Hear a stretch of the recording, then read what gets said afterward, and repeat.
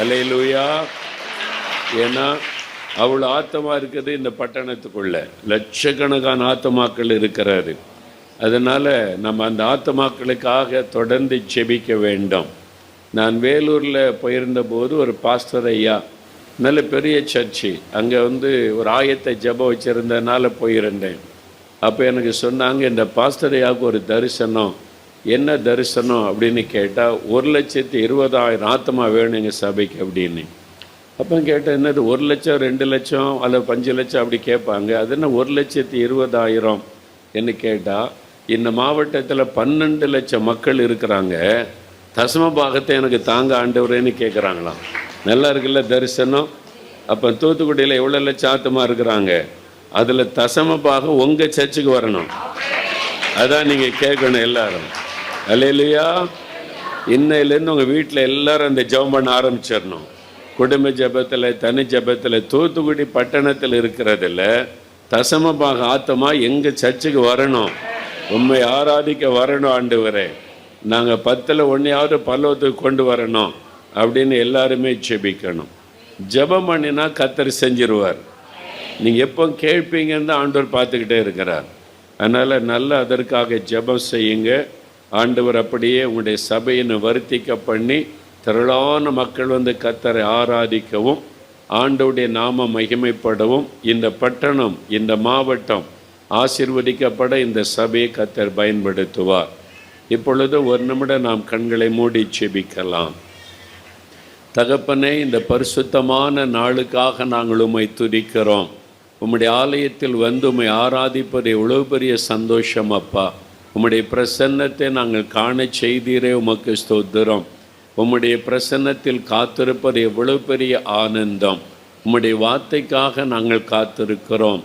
எங்களிடத்தில் நீங்கள் என்ன எதிர்பார்க்குறீங்கப்பா, எங்களுக்கு என்ன சொல்ல விரும்புகிறீங்க, நீங்கள் எங்களோட கூட பேசுங்க. இந்த ஆலயத்தை புதுப்பிக்கவும், அழகான காரியங்களை செய்யவும், நல்ல டைல்ஸுகள் பதிக்கவும், இது கர்த்தருடைய வீடு, அது அழகாக ஆசீர்வாதமாக இருக்க வேண்டும் என்ற ஒரு நல்ல இருதயத்தோடு இதை செய்யப்பட உதவி செய்ததற்காய் ஸ்தோத்திரம். இதற்காக கொடுத்த மக்கள், உழைத்த மக்களை இயேசுவின் நாமத்தில் ஆசீர்வதித்து நாங்கள் செபிக்கிறோம். இதில் மகிமைப்பட்ட தேவன் இதைவிட 100 மடங்காக இந்த சபையை பெருக பண்ண வேண்டுமாய் செபிக்கிறோம்.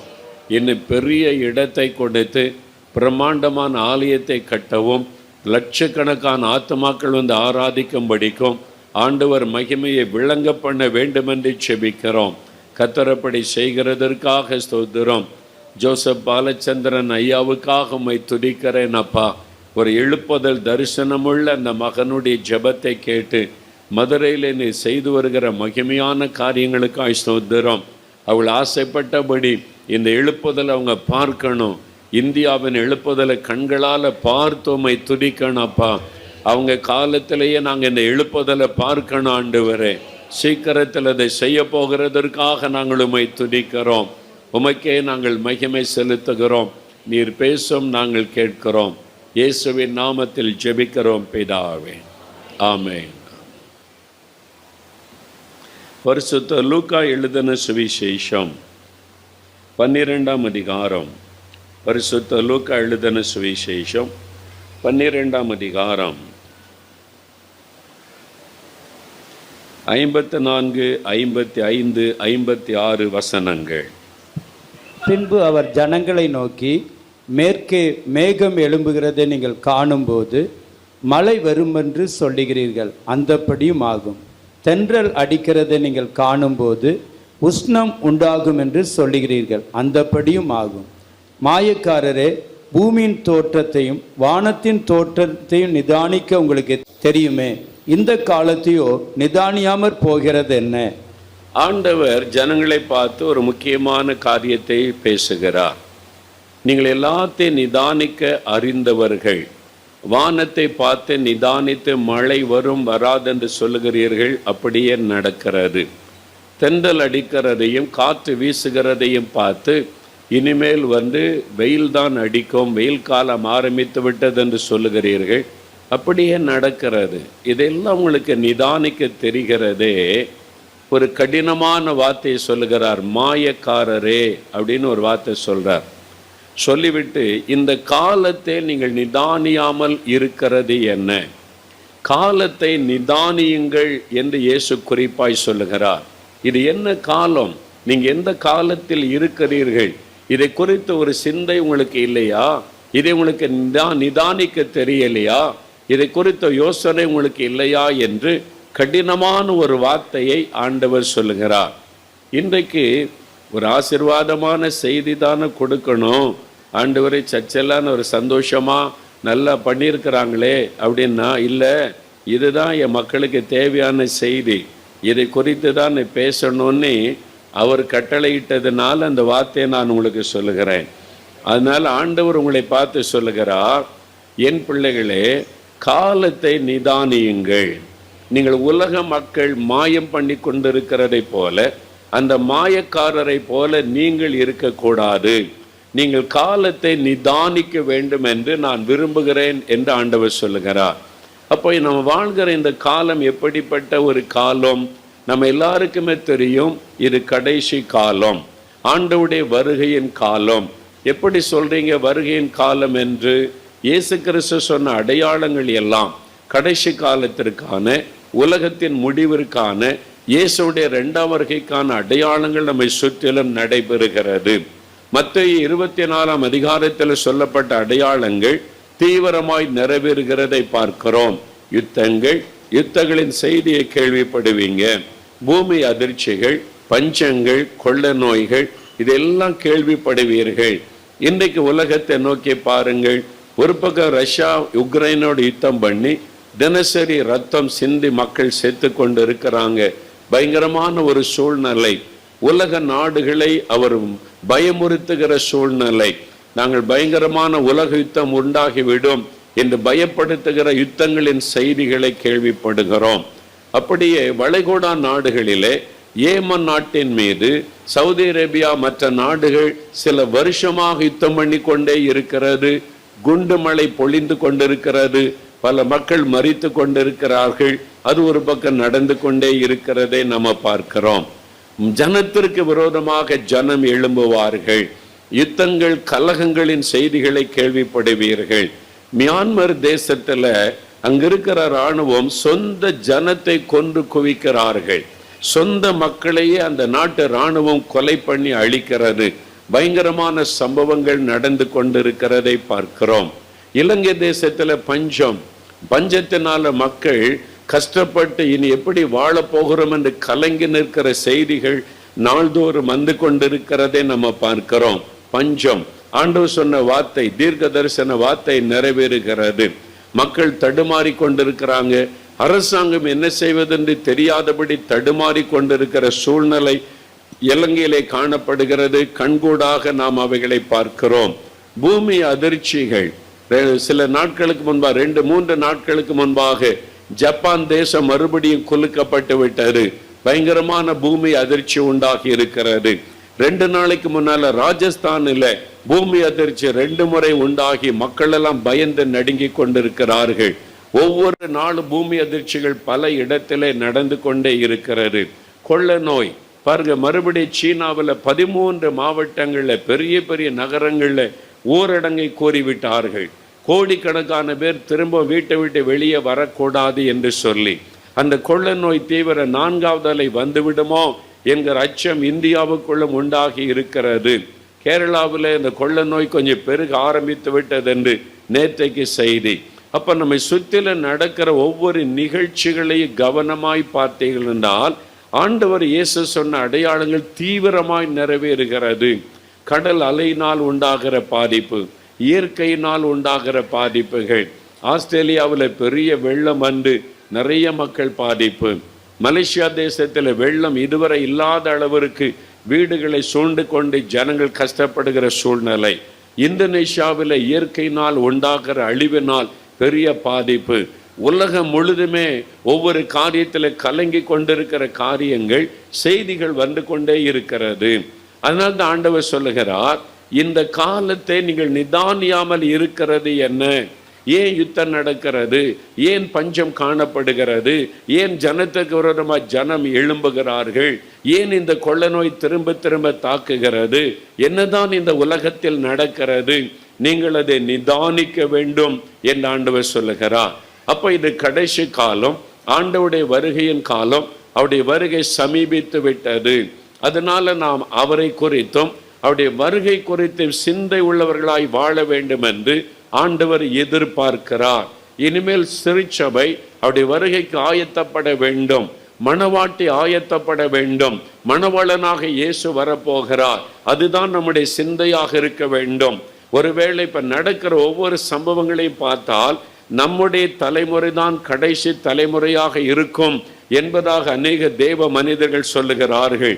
இன்னொரு தலைமுறைக்கு காத்திருக்க வேண்டும் என்ற சூழ்நிலை இல்லை. அந்த அளவிற்கு வேகமாய் தேவனுடைய அடையாளங்கள், ஆண்டவர் இயேசு சொன்ன அடையாளங்கள் தீவிரமாய் நடந்து கொண்டிருக்கிறது. அப்படியானால் அவர் வாசற்படியிலே வந்துவிட்டார். அவரை சந்திக்க நாம் ஆயத்தப்பட வேண்டும். இரண்டாம் வருகை குறித்த சிந்தை உள்ளவர்களாய் நாம் வாழ வேண்டும் என்று கர்த்தர் விரும்புகிறார். அவருடைய வருகை குறித்த யோசனை வர வேண்டும். அதனால தான் ஆண்டவர் சொல்லுகிறார், இந்த காலத்தை நிதானியுங்கள். நீங்க வாழ்ந்து கொண்டிருக்கிற காலம் எப்படிப்பட்ட காலம்? இந்த உலகத்தை கவனமாய் நோக்கி பார்த்தால் 2 காரியங்கள் வேகமாய் நடந்து கொண்டிருப்பதை கவனிக்க முடியும். ஒன்று, ஆண்டவர் தன்னுடைய வருகைக்காக சபை ஆயத்தப்படுத்துகிறார், உலகத்தை ஆயத்தப்படுத்துகிறார். எங்கும் இப்பொழுது ஆண்டவர் பக்கமாய் திரும்பி இந்த கொள்ள நோய் நிமித்தமாய் ஜெபிக்காதவங்க எல்லாம் ஜெபிக்க ஆரம்பிச்சிருக்கிறாங்க, வேதத்தை வாசிக்காதவங்க எல்லாம் தியானிக்க ஆரம்பிச்சிருக்கிறாங்க. ஒரு பெரிய ஆவிக்குரிய மாற்றம் உலக அளவில் காணப்படுகிறது. இது வருகைக்காக தேவன் உலகத்தை ஆயத்தப்படுத்துகிற காரியம். இன்னொரு பக்கம் அந்தி கிறிஸ்துவின் வருகைக்காக சாத்தான் இந்த உலகத்தை ஆயத்தப்படுத்தி கொண்டிருக்கிறான். அந்த ஆண்டவருடைய வருகையின் பிறகு 7 வருடம் அந்தி கிறிஸ்துவின் ஆட்சி இந்த உலகத்திலே நடைபெற வேண்டும். அவன் ஒருவன் சிங்காசனத்தில் அமர்ந்த முழு உலகத்தையும் 7 வருடம் ஆளுகை செய்ய போகிறான். அதற்கான ஆயத்தங்களை அவன் துரிதமாய் செய்து கொண்டே இருக்கிறான். அவன் வரும் பொழுது முத்திரை பதிக்கப்படும். நெற்றியிலும் வலது கையிலும் ஒரு அடையாளத்தை, அவனுடைய முத்திரையை நாம் அவனுடைய நாமத்தை பறித்து கொள்ள வேண்டும், பொறித்து கொள்ள வேண்டும் என்று வேதத்தில் சொல்லப்பட்டிருக்கிற காரியம். இன்றைக்கு அதற்காக உலகம் முழுவதும் மக்களுடைய மனதை சாத்தான் ஆயத்தப்படுத்துகிறான், மனிதனுடைய சிந்தனைகளை ஆயத்தப்படுத்தி கொண்டே இருக்கிறான். இப்பவே நீங்க பாருங்களேன், ஏர்போர்ட்டுக்கு போனாலும், ஆஸ்பத்திரிக்கு போனாலும், எங்க முக்கியமான இடத்துக்கு போனாலும் அங்க ஒருத்தர் துப்பாக்கி வச்சுக்கிட்டு நிற்பாங்க. பார்த்துருக்கீங்களா? போன உடனே நீங்க எதை காமிக்கிறீங்க? உங்க நெத்தியை தானே காமிக்கிறீங்க, அல்லது வலது கையை காமிக்கிறீங்க? இதான வெளிப்படுத்தின விசேஷத்தில் எழுதியிருக்குது, நெத்தியில அல்லது வலது கையில அது பதிக்கப்படும் சொல்லி. இப்ப எல்லா மக்கள், சின்ன பிள்ளைகள் கூட ஓடி போய் நெத்தி காமிக்கிறாங்க. அப்படின்னா என்ன அர்த்தம்? மக்களை பிசாசானவன் மக்களுடைய மனதை அந்தி கிறிஸ்துவின் வருகைக்காக ஆயத்தப்படுத்தி கொண்டிருக்கிறான். ஒரு கூகுள் சொல்றாங்க, ஒரு சிப்பு கண்டுபிடிச்சிருக்கிறோம். சிப்பு அரிசியை விட சின்னதான், அரிசியை விட சின்ன சிப்பான். அதில் 2 லட்சம் இன்ஃபர்மேஷனை உள்ள வைக்க முடியுமா? 2 லட்சம் இன்ஃபர்மேஷன் இப்போவே ரெடி ஆயிட்டு நெத்தியில் பதிக்கலாம் அப்படின்னு சொல்கிறாங்க. அது ரெடியை பண்ணி வச்சுட்டாங்க, அவங்களே அறிவிச்சிட்டாங்க. 2 லட்சம் இன்ஃபர்மேஷனை பதிக்க முடியும், உங்களை பற்றி முழு ஹிஸ்ட்ரி அதுக்குள்ளே பதிக்க முடியும் என்று. இதெல்லாம் எதனால் நடக்கிறது? இயேசுடைய வருகை மிக சமீபம். அந்தி கிறிஸ்து வேகமாய் அவனுடைய வருகைக்காக சாத்தான் உலகத்தை ஆயத்தப்படுத்துகிறான். இன்னொரு பக்கம் ஆவியானவர் இயேசுடைய 2ஆம் வருகைக்கு சபை ஆயத்தப்படுத்துகிறார். இந்த 2 வேகமாய் நடக்கிறது. இதற்கான அடையாளங்கள் தான் நம்ம உலகம் முழுவதும் காணப்படுகிறது. இந்த காலத்தில் தேவன் சபையினிடத்தில் எதிர்பார்க்கிற காரியம், தேவ பிள்ளைகளிடத்தில் எதிர்பார்க்கிற காரியம் என்ன? உன் தேவனை சந்திக்க ஆயத்தப்படு. எந்த நேரத்திலும் எக்காலம் துணிக்கலாம், எந்த நேரத்திலும் ஆண்டவர் வரலாம். அதற்கு உன்னை ஆயத்தப்படுத்தி கொள்ள வேண்டும். அதுதான் ஆண்டவர் நமக்கு சொல்லுகிற ஒரு வார்த்தை. இன்றைக்கு எக்காலம் துணிக்கலாம், நாளைக்கு எக்காலம் துணிக்கலாம், எந்த நேரத்திலும் வரலாம். அவருடைய வருகை நாளை யாரும் குறித்து சொல்ல முடியாது. ஆனால் மிக மிக மிக சமீபமாகிவிட்டது. ஒருவேளை இன்றைக்கு அவர் வருவாரானால் அவரை சந்திப்பதற்கு நாம் ஆயத்தமா? இன்றைக்கு எக்கால சத்தம் துணிக்குமானால் நீங்கள் மறுரூபமாகி ஆண்டவரை மணவாளனை சந்திக்க ஆயத்தமா? நான் ஆயத்தமாய் இருக்கிறேனா? உங்களுடைய குடும்பம் ஆயத்தமாய் இருக்கிறதா? உங்களுடைய கணவர் ஆயத்தமா? உங்களுடைய மனைவி ஆயத்தமா? உங்களுடைய பிள்ளைகள் ஆயத்தமா? நீங்கள் குடும்பமாக அவருடைய வருகையிலே ஆண்டவரை சந்திக்க ஆயத்தமாய் இருக்கிறோமா? இந்த சிந்தை நமக்குள்ள வேண்டும் என்று ஆண்டவர் விரும்புகிறார். ஆண்டவரை ஆராதிக்க வரும் பொழுது இன்னும் உலக ஆசீர்வாதம், உலக காரியத்திற்கு மாத்திரமே முக்கியத்துவம் கொடுக்காதபடி மேலானவைகளை நாடுங்கள். வரப்போகிற ராஜ்யத்தை நாடுங்கள், அதிலே கவனம் செலுத்துங்கள். இனி இந்த உலகத்திலே நாம் இருக்க போது கொஞ்ச நாட்கள் மாத்திரமே. அவர் சீக்கிரமாய் வரப்போகிறார். அவரை சந்திப்பதற்கு நாம் ஆயத்தமாய் இருக்க வேண்டும் என்று ஆண்டவர் விரும்புகிறார். சபை ஆயத்தமாக வேண்டும், மணவாட்டி ஆயத்தமாக வேண்டும். ஆராதனைக்கு வருகிற தேவ பிள்ளைகளுடைய சிந்தை ஆண்டவர் இயேசுவுடைய 2ஆம் வருகை குறித்ததாக இருக்க வேண்டும். அதை குறித்து பேச வேண்டும், அதற்காக ஜெபிக்க வேண்டும், அதற்காக குடும்பத்தை ஆயத்தப்படுத்த வேண்டும். இதுதான் தேவனுடைய எதிர்பார்ப்பாய் இருக்கிறது. அதனாலதான் ஆண்டவர் சொல்லுகிறார், மாயக்காரராய் நீங்கள் இருக்காதங்க, உலக மக்களை போல இருக்காதீர்கள், நீங்க சிந்தியுங்கள், நிதானியுங்கள் என்பதாய். அவருடைய வருகையில யார் காணப்படுவார்கள்? அவருடைய வருகையில காணப்பட நாம் என்ன செய்ய வேண்டும்? ஒரு 3 வேத வசனத்தை மாத்திரம் நம்ம வாசித்து நாம் ஜெபிக்க போகிறோம். முதலாவது 1 தெசலோனிக்கேயர் 5ஆம் அதிகாரம் 23வது வசனம். சமாதானத்தின் தேவன் தாமே உங்களை முற்றிலும் பரிசுத்தமாக்குவாராக. நம்முடைய கர்த்தராகிய இயேசு கிறிஸ்து வரும் பொழுது, அவர் மறுபடியும் வரும் பொழுது உங்களுடைய ஆவி, ஆத்மா, சரீரம் குற்றமற்றதாய் இருக்கும்படி காக்கப்படுவதாக. வரப்போகிறவர் யார்? பரிசுத்தமுள்ள ஒரு தேவன். வரப்போகிறவர் யார்? பரிசுத்தத்திலே மகத்துவமானவர். அவரை சந்திப்பதற்கு உங்களுடைய ஆவி, ஆத்மா, சரீரம் 3ம் குற்றமற்றதாய் காணப்பட வேண்டும். நாம் ரட்சிக்கப்பட்டிருக்கிறோம், நல்லது. பரிசுத்தாவினால் நிரப்பப்பட்டிருக்கிறோம், நல்லது. ஞானஸ்நானம் பெற்றுவிட்டோம், நல்லது. ஒரு சபைக்கு வருகிறோம், ஜெபிக்கிறோம், நல்லது. ஆனால் இயேசு வரும் பொழுது உங்களுடைய ஆவி, ஆத்மா, சரீரம் 3ம் குற்றமற்றதாய் காணப்பட வேண்டும். அந்த பரிசுத்தம் காணப்பட வேண்டும், முற்றிலும் ஒரு பரிசுத்தம். வரப்போகிற ஆண்டவர் பரிசுத்தராய் இருக்கிறபடியால் உங்களுடைய வாழ்க்கையின் ஒவ்வொரு பகுதியிலும் பரிசுத்தம். காரணம் 1 பேதுரு 1ஆம் அதிகாரம் 14-15 வசனம் சொல்லுகிறது, உங்களை அழைக்கிறவர் பரிசுத்தராய் இருக்கிறதை போல உங்கள் நடக்கைகள் எல்லாவற்றிலும் பரிசுத்தராய் இருங்கள். நடக்கைகள் எல்லாவற்றிலும் இயேசுவை நோக்கி பாருங்கள். அவருடைய கண்ணின் பார்வையிலே பரிசுத்தம், அவருடைய சிந்தனையிலே பரிசுத்தம், அவருடைய பேச்சிலே பரிசுத்தம், அவருடைய ஊழியத்திலே பரிசுத்தம், அவருடைய நடக்கையிலே பரிசுத்தம், சகலமும் பரிசுத்தம். வரப்போகிறவர் பரிசுத்தம் உள்ளவர். அவருக்கு ஏற்ற பரிசுத்தம் நமக்குள்ளே காணப்பட வேண்டும். நாம் முற்றிலும் பரிசுத்தம் ஆகிவிட்டோமா என்றால் இல்லை. ஆகவே தான் வெளிப்படுத்தின விசேஷம் சொல்லுகிறது, பரிசுத்தமாகிறவன் இன்னும் பரிசுத்தமாகட்டும். உடைய பரிசுத்தத்திலே வளர்ச்சி காணப்பட வேண்டும். இன்னும் ஒரு பரிசுத்தம், இன்னும் ஒரு படி பரிசுத்தம், முழுமையான ஒரு பரிசுத்தம். அதற்கு நம்ம அர்ப்பணித்துக் கொள்ள வேண்டும். ஆண்டவர் எதிர்பார்க்கிற பரிசுத்தம் நமக்குள் இருக்க வேண்டும். நாமே நினைத்துக் கொள்ளுகிற பரிசுத்தம் அல்ல. எனக்கு ஏற்ற பரிசுத்தராய் இருங்கள் என்று ஆண்டவர் இருக்கிறார். பரிசுத்தம் என்னது?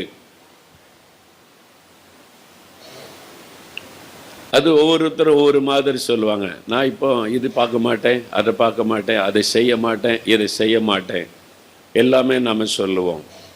பரிசுத்தம் என்பது என்ன? வேத வசனத்தின்படி வாழ்வதுதான் பரிசுத்தம். ஆண்டவர் நமக்கு என்ன எழுதி கொடுத்திருக்கிறாரோ அதன்படி வாழ்வதுதான் பரிசுத்தம். அல்லேலூயா. அவர் நான் எப்படி வாழ வேண்டும் என்று எழுதி கொடுத்திருக்கிறாரோ அதன்படி வாழ்வது, அதான் பரிசுத்தம். ஒரு குடும்ப பரிசுத்தம்னா என்ன? உதாரணத்துக்கு சொல்றேன். குடும்ப பரிசுத்தம்னா என்ன? எங்க வீட்டில் குடும்ப ஜெபம் பண்றோம், நாங்கள் எல்லாம் பக்தியா சர்ச்சுக்கெல்லாம் போறோம், எல்லாம் செய்கிறோம். ஆனால் குடும்ப பரிசுத்தம்னா என்ன? மனைவிகளே கர்த்தருக்கு கீழ்ப்படுகிறதை போல சொந்த புருஷருக்கு. ஒரு மனைவி புருஷனுக்கு கீழ்ப்படியாவிட்டால் அங்கே பரிசுத்தம் இல்லை. நீங்க ஜெபிக்கலாம், ரட்சிக்கப்பட்டுக்கலாம், அந்நிய பாஷை பேசலாம், வசனம் தான் நியாயம் தீர்க்கும். உன் புருஷனுக்கு கீழ்ப்படியலைன்னா பரிசுத்தம் இல்லை. புருஷர்களே, உங்களுடைய மனைவினிடத்தில் அன்பு கூறுங்கள், அவர்களை கசந்து கொள்ளாதிருங்கள். நீ ஜெபம் பண்ணுகிற, வேதம் வாசிக்கிற, சர்ச்சுக்கு போற, தசமா கொடுக்கிற உண்மைதான். உன் மனைவினிடத்தில் நீ அன்பு கோராதபடி கசந்து கொள்ளுகிறாய். எங்கே பரிசுத்தம்? குடும்பத்தின் பரிசுத்தம் எங்கே? வெறும் அனுபவம் இருக்கிறது, அந்நிய பாஷை இருக்கிறது, ஜெபிக்கிறது இருக்கிறது, ஆவிக்குரிய அனுபவம் இருக்கிறது. ஆனா வசனம் நமக்குள்ளே கிரியை செய்து வசனத்தின்படி வாழ்கிற பரிசுத்தம் இருக்கிறதா? பிள்ளைகளே, உங்களுடைய பெற்றோருக்கு கீழ்ப்படியுங்கள். அந்த கீழ்ப்படிதலில் இருக்கிறது பரிசுத்தம். இந்தியாவின் எழுப்புதலுக்காக ஜெபிக்கணும்னு உபவாச ஜெபம் வைத்திருந்தோம். அதுல நிறைய பேர் வந்திருந்தாங்க உபவாசித்து இந்தியாவுக்காக ஜெபிக்க. நல்ல ஸ்தோத்திர ஜெபெல்லாம் முடிந்தது. இப்போ நல்ல ஜெபம் நடத்தலாம் அப்படின்னு எழுந்த என்னோட ஆவியானவர் சொன்னார், இங்கே இருக்கிற சிலருடைய ஜெபத்தை நான் கேட்கவே முடியாது. இவங்க ஜெபிக்க இந்த ஜெபம் பரலோகத்துக்கு வராது. இவங்க ஜெபத்தை கேட்டு நான் எப்படி இந்தியாவில் எழுப்புதல் உண்டாக்க முடியும்? ஏன் சொல்கிறீங்க ஆண்டவரே? எல்லாம் ரட்சிக்கப்பட்டவங்க, அபிஷேகம் பெற்றவங்க, நல்லா ஆராதிக்கிறவங்க, அந்நிய பாஷை பேசுகிறவங்க, அதெல்லாம் இருக்கட்டும். இங்கே ஒரு பெண் வந்திருக்கிறாள். வரும்போதே வீட்டில் புருஷனை திட்டிட்டு இங்கே வந்திருக்கிறாள். இந்த வார்த்தை சொல்லி பேசிட்டு இங்கே வந்து உட்கார்ந்துருக்கிறாள். இவ ஜபத்தை கேட்டு நான் எப்படி இந்தியாவை ரட்சிக்க முடியும் சொல்லு? அப்போ என்ன செய்யணும்? அவள் மனம் திரும்பி ஒப்பு கொடுக்கணும். ஆண்டவர் சொல்கிறாரு, இந்த மாதிரி பேசிட்டு இப்படி வந்திருக்கிறீங்க, நீங்கள் விசுவாசி தான், ஆனால் ஒப்பு கொடுத்து ஜெபிங்கன்னா ஒரு சகோதரி அழுது ஜெபிக்கிற, ஆண்டவரே நான் தான் அந்த பாவி, என்னை மன்னிச்சிருங்க. உண்மையை ஒப்பு கொடுத்து அழுதாங்க. ஆண்டவர் சொன்னார், ஒரு வாலிப்பிள்ளை நல்ல ஆவில நிறைய அந்நிய பாஷெல்லாம் பேசுகிறா. ஆவியானவர் சொல்கிறாரு, அவங்க அம்மாவை இந்த வார்த்தை சொல்லி உனக்கு ஒன்றும் தெரியாது போ அப்படின்னு மூஞ்ச காமிச்சு தாயை துக்கப்படுத்திட்டு இங்கே ஜெபத்துக்கு வந்திருக்கிறான். இவன் ஜெபத்தை நான் எப்படி கேட்க முடியும்? அவளுக்குள்ள என்ன பரிசுத்தம் இருக்கு? அந்நிய பாஷை இருக்கு, பரிசுத்தம் இல்லை, வசனத்தின்படி இல்லை. சொந்த தாய்க்கு ஒரு கனம் கொடுக்க தெரியல அவளுக்கு. தாய் அசட்டை பண்ணுகிறாள். தாய் அற்பமாய் பேசி அவளுடைய தாயினுடைய உள்ளத்தை காயப்படுத்திட்டு வந்து அந்நிய பாஷை பேசுகிறாள். இவ ஜெபத்தை கேட்டு எப்படி இந்தியாவை ரட்சிக்க முடியும்? ஆண்டவர் சொன்னார், இப்படி ஒரு வாலிப பிள்ளை வந்திருக்கிற, இன்ன வார்த்தை சொல்லி உன் தாயை துக்கப்படுத்திட்டு வந்திருக்கிற, எப்படி உன் ஜெபம் கேட்கப்படும் கர்த்தர் கேட்கிறார். ஓன்னு சத்தமிட்டு அழுதாள், ஆண்டவரே என்னை மன்னியும். நிறைய பேருக்கு பரிசுத்தம்னா என்னன்னு தெரியவில்லை. நம்ம ஆவில நிரம்புறோமே, அந்நிய பாஷை பேசுறோமே, துதிக்கிறோமே, நம்ம சரியாதான் இருக்கிறோம் எண்ணிக்கொண்டு இருக்கிறோம். தேவனுடைய எதிர்பார்ப்பு என்ன? வசனத்தின்படி, வேத வசனத்தின்படி. ஆண்டவர் சொல்லுகிறார், ஒரு சகோதரன் வந்திருக்கிறான், ரொம்ப பக்தியா இருக்கிறான், அந்நிய பாஷை பேசுறான், ஊழிய செய்யறேன்னு சொல்றான், மனைவி கிட்ட பேசுறதே இல்லை சில மாதமாய். அவன் ஜெபத்தை நான் இப்படி கேட்க முடியும்? தன் வீட்டில் இருக்கிற மனைவி அவனால் நேசிக்க முடியவில்லை. இவன் ஜெபம் எப்படி இந்தியாவுக்காக எடுபடும்? கண்ணீரோடு ஒப்பு கொடுத்தான், நான் தான் ஆண்டவரே என்னை மன்னியும். அப்ப பரிசுத்தம் என்றால் என்னவென்று நிறைய விசுவாசிகளுக்கு தெரியவில்லை. நம்ம நினைக்கிறோம், அதை செய்ய மாட்டேன், இதை செய்ய மாட்டேன், அதை பார்க்க மாட்டேன், இதை பார்க்க மாட்டேன், நான் ஆவில நிரம்பி அந்நிய பாஷை பேசுகிறேன். நல்லது, அந்த அனுபவம் நமக்கு அவசியம். ஆனால் எல்லாமே எதற்காக? இந்த வேத வசனத்தின்படி வாழுவதற்காக. இந்த வசனம் தான் நியாய தீர்ப்பு நாளிலே நம்மை நியாயந்திருக்க போகிறது. இந்த வசனத்தின்படி வாழ்வதுதான் பரிசுத்தம். அதுக்கு நம்ம ஒப்பு கொடுக்கணும். அந்த பரிசுத்தம் இருக்குதா? மூடி பிரசங்கியா தன்னுடைய வயசான காலத்தில் அவர் நல்ல எழுப்புதல் பிரசங்கியார். அவர் மூலமா லட்சக்கணக்கான மக்கள் ரட்சிக்கப்பட்டாங்க. அவர் அமெரிக்கா தேசத்தையும் இங்கிலாந்து தேசத்தையும் அசைத்த மனிதர் என்று அவரை குறித்து சொல்லப்படுகிறாரு. வயதான காலத்தில் படுக்கையில், வியாதி படுக்கையில் இருந்தபோது அவர் சொன்ன, அவர்கிட்ட கேட்டாங்களே நண்பர்கள், என்ன பண்ணுறீங்க? நான் வேத புஸ்தகத்தை ஆதி ஆகமத்திலேருந்து வெளிப்படுத்தின விசேஷம் வரைக்கும் ஒன்றுன்னா கவனமாக வாசிக்கிறேன்னு சொன்னாராம். நீங்கள் தான் எத்தனையோ முறை பைபிளை வாசித்திருக்கீங்களே, இப்போ என்ன புதுசா? இல்லை, இதுக்கு முன்னாலே நான் வாசித்தேன். இப்போ நான் ஆண்டவரை சந்திக்கணும்ல, மரணம் நெருங்கி கொண்டு இருக்கிறது இல்லை, ஏதாவது ஒரு வசனத்துக்கு நான் கீழ்ப்படியாமல் இருந்தா நான் எப்படி ஆண்டவருக்கு முன்னால் போய் நிற்க முடியும்? அதனால் வசனத்தின்படி நான் குற்றமற்றவனாய் இருக்கிறேனா என்பதை சோதிக்க ஆதி ஆகமத்திலிருந்து வெளிப்படுத்தின விசேஷம் வரைக்கும் ஒவ்வொரு வசனமாய் கவனமாய் வாசித்து என்னை ஆயத்தப்படுத்துகிறேன் என்பதாய் சொன்னாராம். அவ்வளோ பெரிய தேவ மனிதர். யோசித்து பாருங்க, இந்த வேத வசனத்தை வாசித்தால் மாத்திரம் ஆசீர்வாதம் வராது. அந்த வசனத்தின்படி வாழ நம்ம ஒப்பு கொடுக்க வேண்டும். வசனத்தை தியானித்தால் மாத்திரம் போதாது, அந்த வசனத்துக்கு நம்மை அர்ப்பணித்துக் கொள்ள வேண்டும். இந்த வசனத்தின்படி தான் நான் வாழுவேன், என் ஆண்டவர் எழுதி கொடுத்த சட்டத்தின்படி தான் நான் ஜீவிப்பேன் என்று நம்மை அர்ப்பணித்துக் கொள்ளுவது, அதான் பரிசுத்தம். தேவன் எதிர்பார்க்கிற பரிசுத்தம் ஆவி ஆத்துமா சரீரத்திலே குற்றமற்றவர்களாய் காணப்பட வேண்டும். அதற்கு நம்மை அர்ப்பணித்துக் கொள்ள ஆண்டவர் எதிர்பார்க்கிறார். இன்னும் பரிசுத்தமாகிறவன் இன்னும் பரிசுத்தமாக வேண்டும், நான் இன்னும் பரிசுத்தமாக வேண்டும் என்ற தாகம் நமக்குள் இருக்க வேண்டும். ஒவ்வொரு நாள் அதிகாலை எழுந்த நான் வசனத்தை தியானிக்கும் போது, ஆண்டவரை நான் இன்னும் பரிசுத்தமாக வேண்டும், இந்த நாளிலே இன்னொரு பரிசுத்த நிலைமைக்குள்ளே முன்னேற வேண்டும். அன்னைத்தனம் அதற்காக என்னோடு பேசும், அதற்காக என்னை அபிஷேகம் பண்ணும், அதற்காக என்னை சுத்திகரியும் என்று அன்னைத்தனம் நான் ஜெபம் பண்ணுகிறேன். நாம் இன்னும் பரிசுத்தமாக வேண்டும். உங்களுடைய பரிசுத்தம் எப்படி இருக்குது? இயேசு வந்தா இன்றைக்கு உங்களை பார்த்து சொல்ல முடியுமா, என் மகனே என் மகளே, என் வசனத்தின்படி நீ அப்படியே வாழ உன் அர்ப்பணித்து கொண்டாய், நீ வா என்று ஆண்டவர் நம்மை எடுத்துக்கொள்ள முடியுமா? அப்போ தேவன் எதிர்பார்க்கிற ஒரு காரியம், இயேசு கிறிஸ்து வரும் பொழுது நாம் குற்றமற்றவர்களாய் ஒரு பரிசுத்தம் உள்ள ஒரு வாழ்க்கை வாழ நம்மை அர்ப்பணித்து கொள்ள வேண்டும். நம்முடைய வேலையில் பரிசுத்தம் இருக்கணும். வேலை செய்கிறீங்க, மாத சம்பளம் வாங்கும்போது ஒரு நாளைக்கு குறைந்தது 8 மணி நேரம் வேலை செய்கிறதுக்கு தான் சம்பளம் கொடுக்குறாங்க. வேலையில் உண்மையாக இருக்கிறோமா? 8 மணி நேரம் கஷ்டப்பட்டு உழைக்கிறோமா, பிரயாசப்படுகிறோமா? வாங்குகிற சம்பளம் பரிசுத்தம் உள்ளதா? யோசிக்கணும். சென்னையில் ஒரு சகோதரர் எனக்கு தெரியும். ஆரம்ப காலத்தில் நான் முழுகிற ஜெபம் பேருமை பெருவிழாலாம் போகும்போது அதில் வாலண்டியராக கவுன்சிலராக ஊழியம் செய்திருக்கிறேன். அதில் பழகின ஒரு சகோதரர், ரொம்ப ஆண்டவர் மேலே ரொம்ப அன்பு, அவருக்கு நல்ல விசுவாசமெல்லாம் இருப்பார். ஒரு நாள் முக்கியமான ஒரு கம்பெனியில் வேலை செய்கிறார், லூகாஸ் டிவிஸ் கம்பெனியில். நல்ல ஒரு வேலை, அவருக்கு வருமானம் எல்லாமே இருந்தார். திடீர்னு ஒரு நாள் பார்க்கும்போது கம்பெனியுடைய அவர் சஸ்பெண்ட் பண்ணிட்டாங்க. சில மாதம் வேலைக்கு வரக்கூடாது, 1 மாதமோ 2 மாதமோ சஸ்பெண்ட் பண்ணிட்டாங்க. எனக்கு ரொம்ப துக்கம். கேள்விப்பட்ட உடனே எவ்வளோ நல்ல ஒரு சகோதரர், முழுகிற ஜோருவார், பெருமை பெருவிழா வருவார், நல்ல ஆண்டுக்கு சாட்சியாக இருக்கிற மனுஷன் ஏன் சஸ்பெண்ட் பண்ணிட்டாங்க அப்படின்னு சொல்லி அவரை கேட்டாக்கி கூட வேலை பார்க்குறவன்ட மெத விசாரித்தேன். என்னாச்சு அந்த பிரதர் பாவம் சஸ்பெண்ட் பண்ணிட்டாங்களேன்னு கேட்டால், அவர் ஃபேக்ட்ரியில் ஊழியம் செஞ்சார், சஸ்பெண்ட் பண்ணிட்டாங்க. அவர் பெருமையாக சொல்ல, நான் ஊழியம் செய்தேன், சஸ்பெண்ட் பண்ணிட்டாங்க அப்படின்னு சொல்லி. என்ன அப்படி செய்தார் அப்படின்னு கேட்டேன். அவர் வேலை செய்கிறதுக்கு ஒரு பெரிய மிஷின், அதுக்கு அவர் தான் பொறுப்பு. மிஷினை ஓட விட்டு எல்லாம் கவனிக்கணும்ல.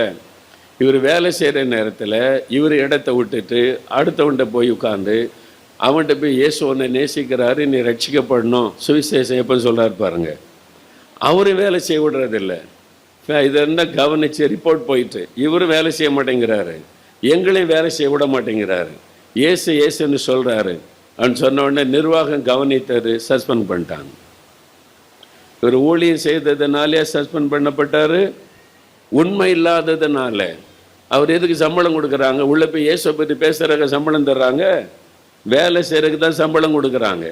இயேசுவை பற்றி அறிவிக்க சாப்பாட்டு இடைவேளை நேரம் இருக்குது, அப்போ சொல்லணும். வேலை முடிஞ்ச பிறகு 4 மணிக்கு அப்புறம் டைம் இருக்குது, அப்போ கூட்டிகிட்டு போய் காஃபி வாங்கி கொடுத்து காஸ்பல் சொல்லணும். வேலை நேரத்தில் நீயும் வேலை செய்கிறதில்ல, அடுத்தாலும் வேலை செய்ய விடுறதில்ல. கேட்டால் நான் ஊழியம் செய்கிறேன்றது. ஆண்டவர் எப்படி அதை ஏற்றுக்கொள்ளுவார்? ஏசு ஏற்றுக்கொள்வாரா? சொல்லுங்க. டீச்சராக உங்களுக்கு ஸ்கூலில் வேலை கொடுத்தா, நான் இயேசுவை பற்றி சொல்கிறேன், நீ பாடமே நடத்தாமல் டெய்லி 1/2 மணி நேரம் இயேசுவை பற்றி சொன்னால் உங்கள் நிர்வாகம் உங்களை சும்மா விடுமா? இயேசு அதை ஏற்றுக்கொள்வார்னு நினைக்கிறீங்களா? என் மகள் நல்ல ஊழியம் செய்கிறா, ஆசீர்வதிப்பேன்னு சொல்லுவாரா? உனக்கு நீ படித்து கொடுக்க தான் உனக்கு சம்பளம் தர்றாங்க, முடித்த பிறகு ஊழியம் செய். எத்தனையோ வாய்ப்பு இருக்கிறது, அப்போ ஊழியம் செய். நீ வேலை செய்ய வேண்டிய நேரம் வேலை செய்யணும். அதை எப்படி சுவிசேஷம் அறிவிக்கணும், எப்படி சொல்லணும், அந்த ஞானம் நமக்கு வேணும். உன்னுடைய நேரத்தை வீணாக்காதபடி உண்மை உள்ளவளா இருக்கணும். அல்லேலூயா. அப்ப வேலை நேரத்தில் இயேசு பற்றி சொல்லவே கூடாதுன்னா, ஞானமா 1 வார்த்தை 2 வார்த்தை சொன்னா பரவாயில்ல. நேரத்தெல்லாம் நீங்க வீணாக்கி விட்டு சம்பளம் வாங்கினா அதுதான் பாவம்.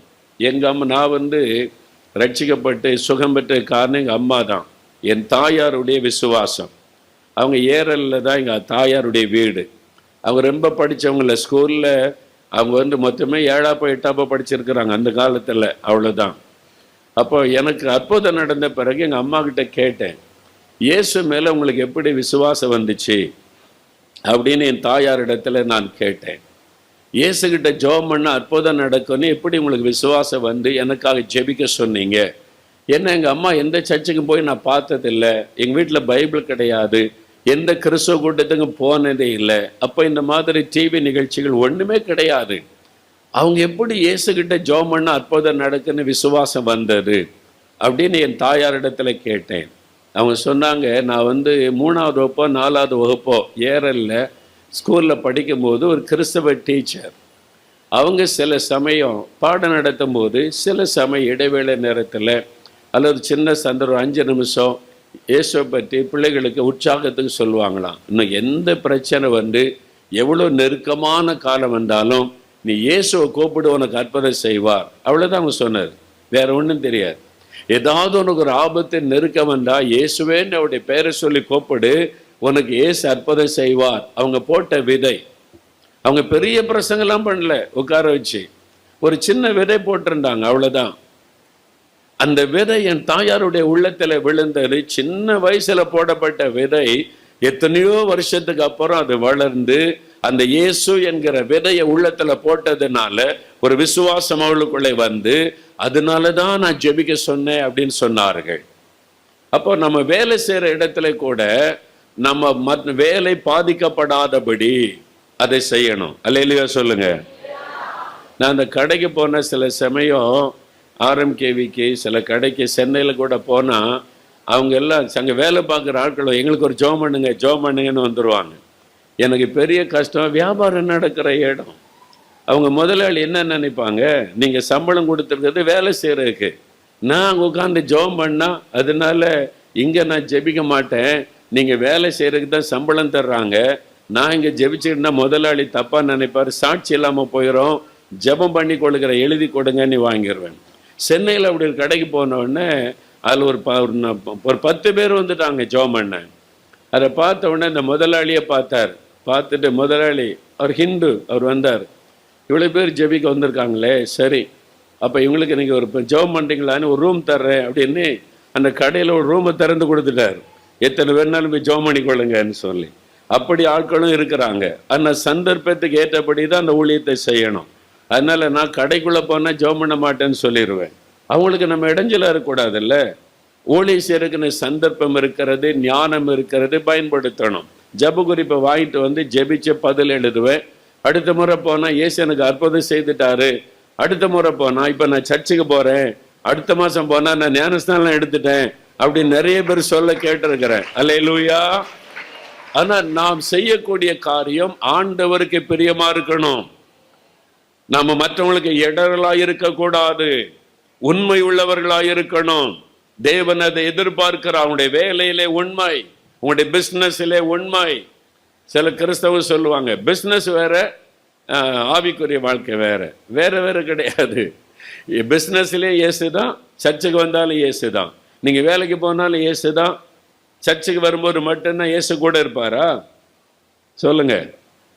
வேலைக்கு போகும்போதும் கூட இருப்பார், படிக்க போகும்போதும் கூட இருப்பார், பிஸ்னஸ்க்கு போகும்போதும் கூட இருப்பார். எல்லாவற்றையும் ஆண்டவர் கவனிப்பார். எல்லாவற்றிலும் ஒரு பரிசுத்தத்துக்கு நாம் அர்ப்பணித்துக் கொள்ள வேண்டும். பரிசுத்தத்துக்கு பாதகமாக இருக்கிற காரியத்தை அப்புறப்படுத்தி விட வேண்டும். நாம் இந்த நாட்களிலே வருகைக்கு நம்ம ஆயத்தப்படுத்திக் கொள்ள வேண்டும். அவருடைய வருகை சமீபமாகிவிட்டது. உங்களுடைய ஆவி, ஆத்மா, சரீரம் குற்றமற்றதாக இருக்க வேண்டும். அதற்கு நம்ம அர்ப்பணித்துக் கொள்ள வேண்டும். 2வது ஒரு வசனம் வாசிங்க. பரிசுத்த மத்தேயு எழுதின சுவிசேஷம் 7ஆம் அதிகாரம், பரிசுத்த மத்தேயு 7ஆம் அதிகாரம் 21ஆம் வசனம். பரலோகத்தில் இருக்கிற என் பிதாவின் சித்தத்தின்படி செய்கிறவனே பரலோக ராஜ்யத்தில் பிரவேசிப்பானே அல்லாமல் என்னை நோக்கி கர்த்தாவே கர்த்தாவே என்று சொல்லுகிறவன் அதில் பிரவேசிப்பது இல்லை. இயேசு ஒரு காரியம் சொல்லுகிறார். பரலோகத்துக்கு நீங்க வரணுமா, வருகையிலே காணப்பட வேண்டுமா, ஆண்டவரோடு கூட பரலோக ராஜ்யத்திலே பிரவேசிக்க வேண்டுமா, கர்த்தருடைய சித்தத்தை செய்கிறவன், பரலோகத்தில் இருக்கிற என் பிதாவின் சித்தத்தின்படி செய்கிறவனே பரலோக ராஜ்யத்துக்குள்ளே வர முடியும். என்ன நோக்கி கர்த்தாவே கர்த்தாவே என்று சொல்லுகிறவன் அல்ல. நீங்க கர்த்தாவே கர்த்தாவே என்று ஜெபிக்கலாம். ஆண்டவர் ஜெபத்தை கேட்டு அற்புதம் செய்யலாம். ஆண்டவர் ஜெபத்தை கேட்டு சுகம் கொடுக்கலாம். ஆண்டவர் உங்களுடைய ஜெபத்தை கேட்டு உங்களுடைய குடும்பத்தில் அதிசயங்களை கூட செய்யலாம். அதை வைத்து நம்ம பரலோகத்துக்குள்ளே பிரவேசித்து விட முடியாது. பிதாவின் சித்தத்தை செய்கிறவளாய் இருக்க வேண்டும். அதான் தேவன் எதிர்பார்க்கிற ஒரு காரியம். இயேசு அதை வாழ்ந்து காண்பித்தார். நான் சுயமாக பேசுவது இல்லை, சுயமாக எதையும் செய்வது இல்லை, என் பிதா கட்டளையிடுகிறதை மாத்திர நான் செய்கிறேன் என்று இயேசு திரும்ப திரும்ப சொல்லுகிறதை வேதத்தில் வாசிக்கிறோம். அப்படினால் இயேசுடைய பிள்ளைகள், ஆண்டவருடைய பிள்ளைகள் நம்முடைய விருப்பத்தை நிறைவேற்றும்படி ஜெபிப்பது அல்ல, தேவ சித்தம் நம்மிலே நிறைவேறுவதற்காக ஜெபம் செய்வது, தேவனுடைய சித்தத்தின்படி நம்முடைய வாழ்க்கை அமைத்துக் கொள்ளுவது, ஆண்டவரிடத்திலே கேட்டு அவருடைய சித்தத்தின்படி காரியங்களை செய்வதுதான் ஆண்டவருடைய வருகையிலே நம்மை கொண்டு போய் சேர்க்கும். அல்லேலூயா. ஊழியம் கூட ஆண்டவருடைய சித்தத்தின்படி செய்யணும். அதுக்கு அடுத்த வசனம் பார்த்தா சிலர் வர்றாங்க, ஆண்டவரே உம்முடைய நாமத்தினாலே நாங்கள் பிசாசுகளை துரத்தினோமே, உம்முடைய நாமத்தினாலே வியாதியஸ்தரை குணமாக்கினோமே, உம்முடைய நாமத்தினாலே தீர்க்க தரிசனம் உரைத்தோமே, எங்களை என்ன நீங்க உள்ள விட மாட்டேங்கிறீங்க? ஆண்டவர் என்ன பதில் சொன்னாரு? Who are you? நீ யாரு? எனக்கு தெரியாத ஒண்ணு இல்லைங்க. அங்க இயேசுவின் நாமத்தினால பிசாசு விரட்டினோமே, இயேசுவின் நாமத்தை சொல்லி வியாதியஸ்தரை சுகமாக்கணுமே, உங்க நாமத்தை சொல்லி தானே அதை செய்யறோம். அப்படியா? ஒன்னு எனக்கு தெரியாது. எப்படி இருக்கும்? இல்லை, எல்லாம் ஊழியம் செய்துட்டு பிசாசை விரட்டி இயேசுவின் நாமத்தால் அற்புதம்லாம் செய்துட்டு பரலோகத்தில் போயிடுவோன்னு போனா நீ யாரு? ஒன்று எனக்கு தெரியல அப்படின்னு இயேசு சொன்னா எப்படி இருக்கும்? அப்படிதான் இருக்கு. அந்த வசனம் சொல்லுது, ஹூ ஆர் யூ? ஒன்னு எனக்கு தெரியாது, அக்கிரம செய்கைக்காரர் என்றார், என்னை விட்டு அகன்று போங்க என்றார். இங்க நிக்கார, கெட் அவுட். எப்படி இருக்கும் யோசித்து பாருங்க. அப்ப தேவனுடைய ராஜ்யத்திற்குள்ளே பிரவேசிப்பது, இயேசுவுக்கு முன்பாக நிற்பது, நம்ம இஷ்டப்படி வாழ்ந்து இஷ்டப்படி ஊழியம் செய்துட்டு அவர்கிட்ட போய் நிற்க முடியாது. அவருடைய விருப்பப்படி, அவருடைய சித்தத்தின்படி அவர் சொல்லுகிறதை மாத்திரம் செய்கிறவளாய் இருக்க வேண்டும். அல்லேலூயா. உங்களுடைய வாழ்க்கை முழுவதும் அவர் சொல்லுகிறபடி இருக்க வேண்டும். நீங்கள் வியாபாரம் செய்தாலும் கர்த்தர் சொல்லுகிறபடி செய்யணும். நீங்க வேலை செய்தாலும் கர்த்தர் சொல்லுகிறபடி செய்யணும். ஊழியம் செய்தாலும் கர்த்தர் சொல்லுகிறபடி செய்யணும். பிதாவின் சித்தம் செய்கிறவர்களே பரலோகத்தில் அவருக்கு முன்னாலே நிற்க முடியும். இஷ்டப்படி செய்கிறவங்க இல்ல. அதனால தான் நம்ம ஊழியம் செய்யும் போது நடுக்கத்தோடு, ஆண்டவரே நீங்க என்ன சொல்றீங்க கேட்டு கேட்டு நம்ம செய்யணும். அப்ப பிதாவின் சித்தம் எப்படிங்க தெரியும்? ஒன்று வேதத்தில் எழுதப்பட்டு இருக்கிறார். தேவனுடைய சித்தம் பைபிள்ல தெளிவா எழுதப்பட்டு இருக்கிறார். அதை வாசித்து அறிந்து அவருடைய சித்தத்தை நம்ம நிறைவேற்றணும். ஒன்று ரெண்டு காரியம், நம்ம எல்லா சூழ்நிலையிலும் கர்த்தரை துதிக்கணும். அது தேவனுடைய சித்தம் என்று எழுதப்பட்டு இருக்கிறாரு. நீங்க மற்றவங்களுக்காக ஜெபிக்கணும். அது தேவனுக்கு பிரியமான சித்தமான காரியம் என்று எழுதப்பட்டு இருக்கிறாரு. எழுதப்படாத காரியம், வேலையை பற்றி எழுதலையே, பிசினஸை பற்றி எழுதலையே, என்ன செய்யறது? ரோமர் 8 26 27 வசனங்கள்ல ஆவியானவர் பிதாவின் சித்தத்தை நமக்கு தெரியப்படுத்துகிறவர். அதனால தான் பரிசுத்த ஆவிக்குள்ளே நிரம்பி ஜெபம் பண்ணி தேவனுடைய ஆலோசனை பெற்று ஒவ்வொரு தீர்மானத்தை நம்ம எடுக்க வேண்டும். ஒவ்வொரு ஆலோசனைகளையும் தேவனுக்கு முன்பாக தெரியப்படுத்தி ஆண்டவர் என்ன சொல்லுகிறார் என்று கேட்டு அதன்படி வாழ நம்ம அர்ப்பணித்துக் கொள்ள வேண்டும். அதான் ரொம்ப முக்கியம்.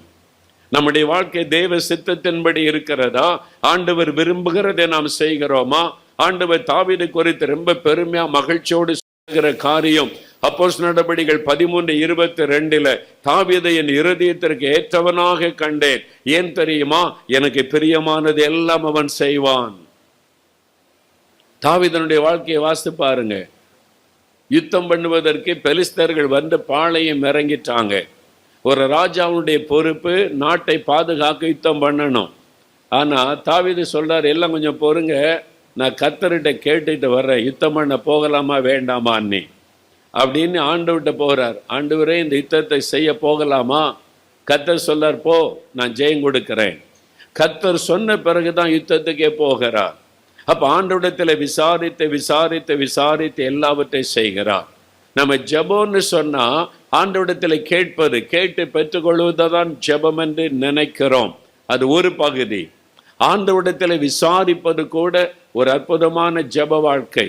ஆண்டவரிடத்தில் விசாரிப்பது, ரெபேக்காளை பற்றி பைபிளில் பார்க்குறோம்ல, அவருடைய கர்ப்பத்தில் அந்த பிள்ளைகள் சண்டை போட ஆரம்பிச்சாரு.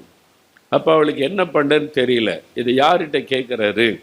எனக்குள்ளே ஏதோ நடக்குது, கர்ப்பத்துக்குள்ளே ஏதோ நடக்குது, சண்டை நடக்குது, என்னன்னு புரியலை, என்ன செய்கிற? இந்த காலமாக இருந்தால் உடனே ஸ்கேனு எடுத்து பார்த்துடலாம், டாக்டர்கிட்ட கொண்டு போய் கொஞ்சம் பார்த்து சொல்லுங்கள், என்னதோ நடக்குது, எனக்கு ஒன்றும் புரியல அப்படின்னு சொல்லி. ஒன்றும் பயப்படாத, ரெட்டை குழந்தை இருக்குது, அது மாதிரி எல்லாமே இப்போ சொல்லி கொடுத்துருவாங்க. அன்றைக்கு ரெபேக்காளுக்கு ஒன்றும் தெரியாது. பெண்கள் யாருமே இல்லை, அவங்க அம்மா கூட இல்லை, மாமியார் இறந்து போயிட்டாங்க. யார்கிட்ட போய் கேட்குறது? மருத்துவச்சிகள்னு வேலைக்காரிகள் இருப்பாங்க, அவங்களுக்கு முழுமையாக தெரியுமா? தெரியாது. அவளுக்கு பார்த்தா கர்த்தரிடத்தில் விசாரிக்க போனாலாம். பைபிள் அழகா ஒரு வார்த்தை இருக்கு. ரெபேக்காள் யாரிடத்தில் விசாரிக்க போனா? வாசிங்க. எங்க போனாள்? கர்த்தரிடத்தில் விசாரிக்க போனாள். எனக்கு ஒரு பெரிய கேள்வி, அந்த காலத்தில் ஆசரிப்பு கூடாரம் இல்லை, அந்த காலத்தில் தேவாலயம் இல்லை, எங்க போயிருப்பாள்? அந்த காலத்தில் தீர்க்கதரிசிகளோ வேற ஊழியக்காரங்களோ இல்லை, அல்லது அவங்கள்ட்ட போய் ஜெபிச்சிருக்கலாம், கேட்டிருக்கலாம். அப்படி இல்லாத ஒரு காலத்தில் ரெபேக்காள் கர்த்தரிடத்தில் விசாரிக்க போனாள். அங்க எங்க போயிருப்பாள்? யோசித்து பாருங்க, அவளுக்கு எப்படி இந்த யோசனை வந்தது? ஆபிரகாம் வனாந்தரத்தில் போய் தேவ சமூகத்தில் காத்திருந்து பேசுகிற பழக்கத்தை இவள் அறிந்திருந்தாள். ஈசாக்கு சாயங்கால வேளையில தியானம் பண்ண போவார் தன்னுடைய கணவர். அவர் போய் ஜெபம் பண்ணுவதையும் தெய்வ ஆலோசனை பெறுவதையும் அவள் அறிந்திருந்தாள். அதனால ஆபிரகாமோட பேசுற ஆண்டவர், என் கணவர் ஈசாக்கோடு பேசுகிற ஆண்டவர் என் கூட பேசுவார்ல, அப்ப அவர் எனக்கு ஆலோசனை தருவார்ல, நானும் அவரிடத்துல போகிறேன் என்று அவள் தனியா போய் ஆண்டவரிடத்திலே ஜெபித்திருக்க வேண்டும். ஆண்டவரே, எனக்கு ஒன்றும் புரியல, என்னுடைய மாமனாரின் தேவன், என் கணவருடைய தேவன், நீர் பேசுகிற ஆண்டவர், என் மாமனாரோடு பேசுகிறீர், என் கணவரோடு பேசுகிறீர், எனக்கு என்ன பண்ணன்னு தெரியல, எனக்கு அம்மாவும் பக்கத்துல இல்லை, மாமியாரும் இல்லை, நான் யாரிடத்துல விசாரிப்பேன், நீங்க எனக்கு உதவி செய்யுங்க, இது என்ன காரியம்? தேவன் அந்த ஜெபத்தை கேட்டார். பாருங்க, ஆண்டவர் பாருங்க அழகா வந்து இறங்கி வந்து, ரெபேக்காளே பயப்படாத, உன் வயிற்றுல ரெட்டை பிள்ளை இருக்குது, 2 சந்ததி வரும், அந்த 2 பிள்ளைகளுடைய எதிர்காலத்தை குறித்து ஆண்டவர் பேசுகிறார். எவ்வளவு அழகா ஆண்டவர் சொல்லி கொடுக்கிறார். நம்ம ஆண்டவரிடத்துல கேட்கிறோமா? ஆண்டவரிடத்துல விசாரிக்கிறோமா? எந்த காரியத்தையும் தேவனிடத்துல விசாரிக்க பழகணும். சிலர் வருவாங்க, பிரதர் எல்லாம் ஜெபம் பண்ணி தான் செய்கிறோம், ஆனால் ஏன் இப்படி ஆச்சு? இல்லை ஆண்டவரிடத்தில் விசாரிச்சிங்களா? இது ஆண்டவருடைய சித்தமானு கேட்டிங்களா? இல்லை ஜெபம் பண்ணி தான் செய்தோம், ஏன் இப்படி ஆச்சு? இல்லை விசாரிச்சிங்களா? இல்லை ஜெபம் பண்ணி தான் செய்கிறோம். எல்லாரும் சொல்கிற பதில் எல்லாம் ஜெபம் பண்ணி செய்கிறோம், ஜெபம் பண்ணி செய்கிறோம், ஜெபம் பண்ணி செய்கிறோம். என்ன ஜெபம் பண்ணீங்க? ஆண்டவரே நாங்கள் ஒழுங்கு பண்ணியிருக்கிறோம், நீங்கள் வந்து ஆசீர்வதிங்க. நான் இதை செய்ய போகிறேன், நீங்கள் வந்து ஆசீர்வதிங்க. நான் இப்படி செய்ய போகிறேன், நான் ஆசீர்வதிங்க. என் பிள்ளை எங்கள் இந்த காலேஜுக்கு அனுப்ப போகிறேன், நீங்கள் ஆசீர்வதிங்க. இதானே நீங்கள் ஜெபம் பண்ணீங்க? என் பிள்ளை இந்த காலேஜுக்கு அனுப்பலாமான்னு கேட்டீங்களா? என் பிள்ளை இந்த படிப்பை படிக்க வைக்கலாமான்னு கேட்டீங்களா? நீங்கள் ஆண்டவரிடத்துல போய், ஆண்டவரே நான் என்ன படிக்கணும்னு நீங்கள் விரும்புகிறீங்கன்னு கேட்டீங்களா? நான் என்ன படிக்கணும், நான் என்னவா மாறணும், எனக்கு என்ன திட்டம் வச்சிருக்கீங்கன்னு கேட்டீங்களா? விசாரித்தீங்களா? என் பிள்ளை குறித்த உம்முடைய திட்டம் என்னன்னு ஆண்டவரிடத்துல பெற்றோர் கேட்டீங்களா? விசாரிக்கிறதுன்னு அதுதான், ஆண்டவரிடத்துல போய் விசாரிப்பது. நான் என்ன செய்யணும் ஆண்டவரே? ஒரு வியாபாரம் செய்கிற ஒரு வாலிப தம்பி, அவங்க அப்பா பெரிய வியாபாரி, நான் பார்த்துருக்கேன். கோயம்புத்தூர் பக்கம் ஒரு சிட்டியில பெரிய கடை வச்சிருக்கிறாங்க. நல்ல கர்த்தருக்கு பயந்த மனிதர், நல்ல ஆசீர்வாதமா இருக்கிறாங்க. அவனுடைய வாலிப மகன், அவனுக்கு இப்பதான் திருமணமாகி இப்பதான் அவனுக்கிட்ட கொஞ்சம் பிஸ்னஸை தகப்பனார் பொறுப்பு கொடுத்தார். இந்த இதை நீ பார்த்துக்க தம்பி, இதை நான் பார்த்துக்கிறேன்னு சொல்லி. தகப்பனாரை விட இந்த மகன் பிஸ்னஸில் ஆசீர்வாதம் பெருகிக்கிட்டே இருக்குது. பெரிய ஆளாக மாறிட்டார் கொஞ்ச நாளில். நான் அந்த தம்பிக்கிட்ட ஒரு நாள் பேசும்போது, உங்கள் அப்பாவை எனக்கு தெரியும், நல்ல ஆண்டவருக்கு பயந்த மனிதர், அவங்க வியாபாரத்தை கர்த்தர் ஆசீர்வதித்தார், ஆனால் உங்களை வித்தியாசமாக ஆசீர்வதிக்கிறாரே, நீங்கள் செய்கிறதெல்லாம் சக்ஸஸ் ஆகுது, இத்தனை மடங்கு பெருகிட்டீங்க, என்ன சீக்ரெட் தம்பி அப்படின்னு கேட்டேன். எப்படி செய்கிறீங்க இந்த பிஸ்னஸை?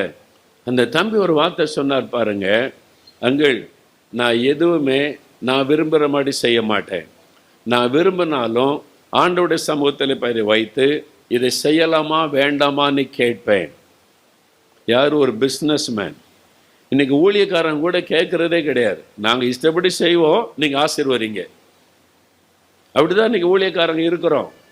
ஆனால் ஒரு பிஸ்னஸ் மேன், ஒரு வாலிப தம்பி சொல்கிறான், ஆண்டவரிடத்தில் நான் கேட்பேன், இதை செய்யலாமா, இந்த பிஸ்னஸை செய்யலாமா, உம்முடைய சித்தை என்னன்னு கேட்பேன், இந்த இடத்தை வாங்கலாமா, இதில் முதலீடு பண்ணலாமா, ஆண்டவர் என்னை அழகாய் நடத்துவார்.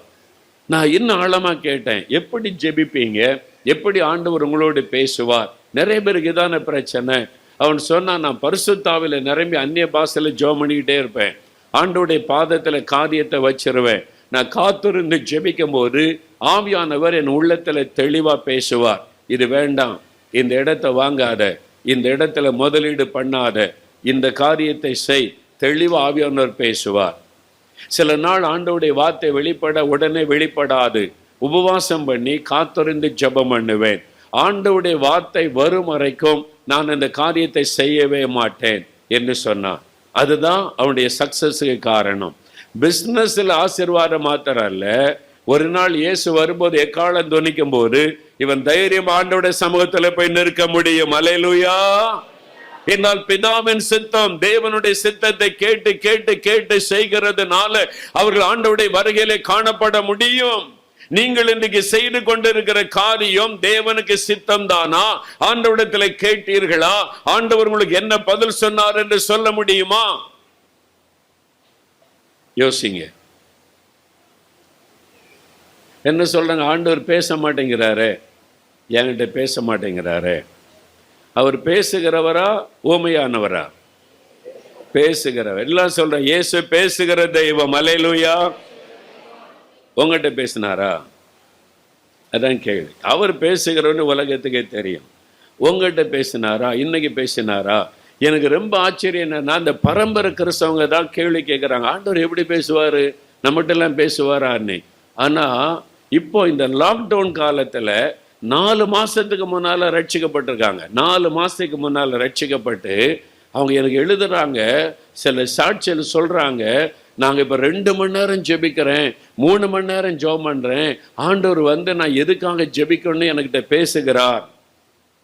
4 மாதம் தான் ரட்சிக்கப்பட்டு அவங்க சொல்றாங்க, இயேசு வந்து இதுக்கெல்லாம் ஜெபம் பண்ணி என்கிட்ட பேசுகிறார், ஆண்டவர் சொல்றதுக்கெல்லாம் நான் ஜெபம் பண்ணிக்கிட்டே இருக்கிறேன்னா நேரம் போறதே தெரியல.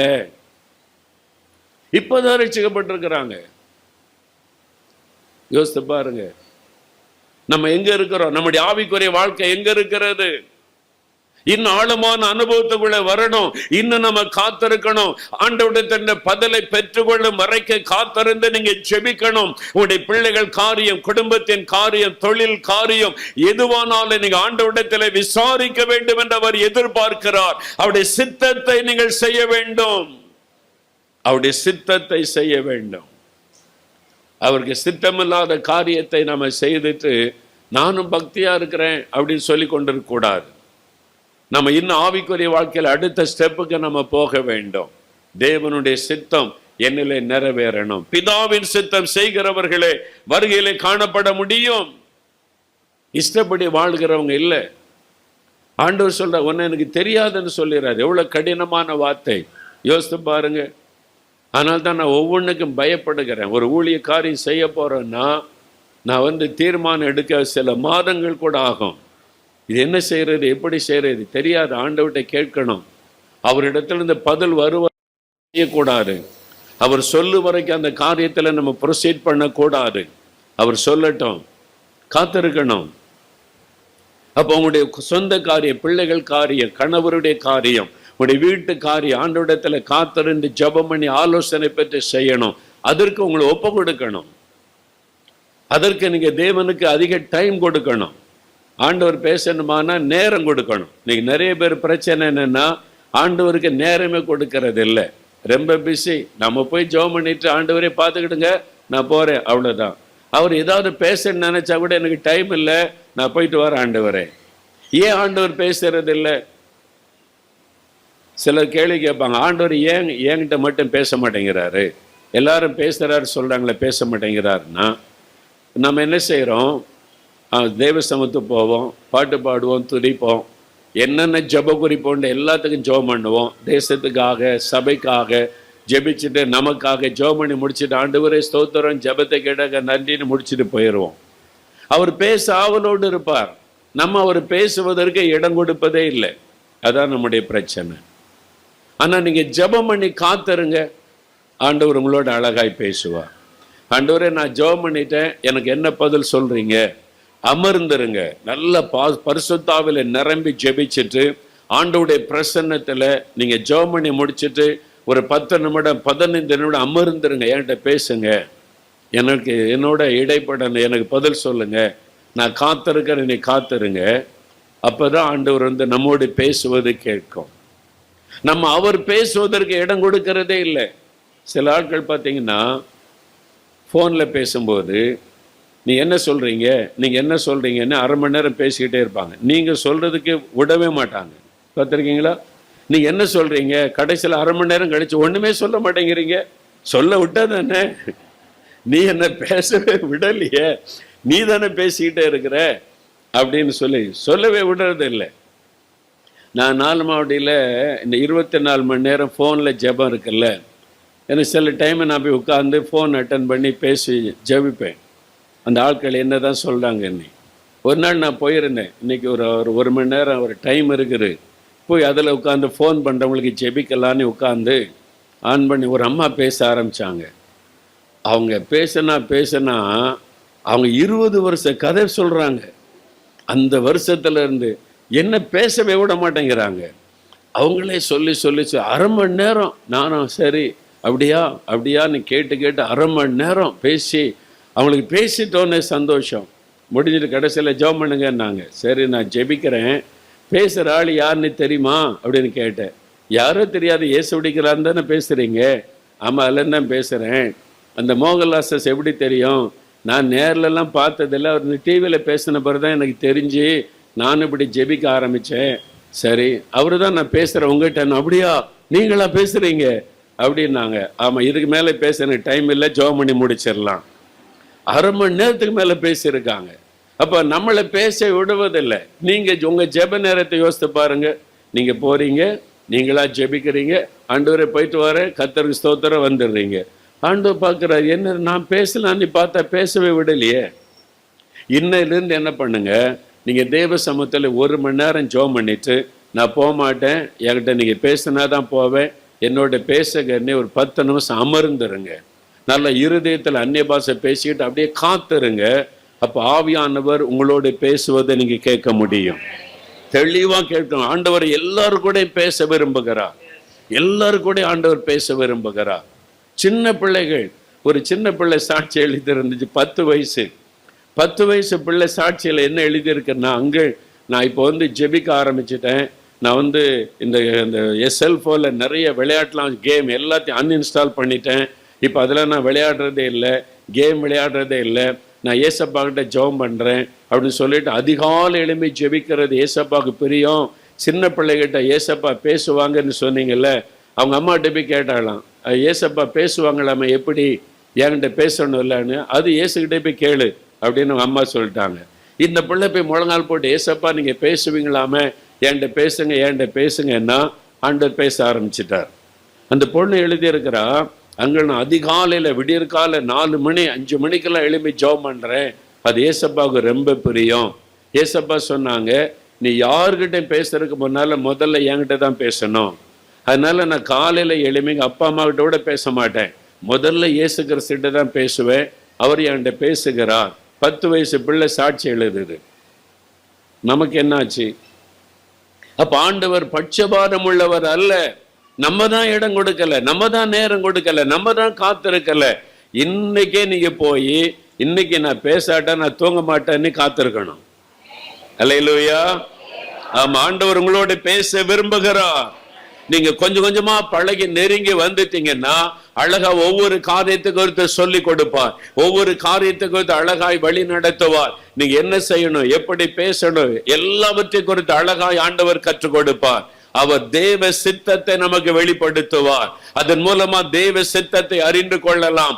ஆண்டவர் விரும்புகிறபடி அவருடைய சித்தத்தின்படி வாழுகிறவர்கள் தான் வருகையில காணப்பட முடியும். கடைசியா ஒரு வசனம் வாசிங்க, 1 யோவான் 2:28. அவர் வருகையில், இயேசுடைய 2ஆம் வருகையில் நாம் மீட்கப்பட்டு போகாதபடி அவருக்கு முன்பாக நிற்பதற்கு எப்பொழுதும் அவரிலே நிலைத்திருங்கள். ஆண்டவருக்குள்ளே நிலைத்திருங்கள். அது ஆண்டவர் சொல்லுகிறார், முடிவு பரியந்த நிலை நிற்பவனே ரட்சிக்கப்படுவான். நீங்க ரட்சிக்கப்பட்டது உண்மை, அபிஷேகம் பெற்றது உண்மை, ஆண்டவருக்கு அர்ப்பணித்துக் கொண்டது உண்மை. ஆனால் முடிவு பரியந்தம் நிலை நிற்க வேண்டும். அவர் வரும் பொழுது அவருக்குள்ளே நிலைத்திருக்க வேண்டும் என்று வேதம் சொல்லுகிறது. நிலைத்திருக்கிறவர்கள் தான் வருகையிலே காணப்பட முடியும்.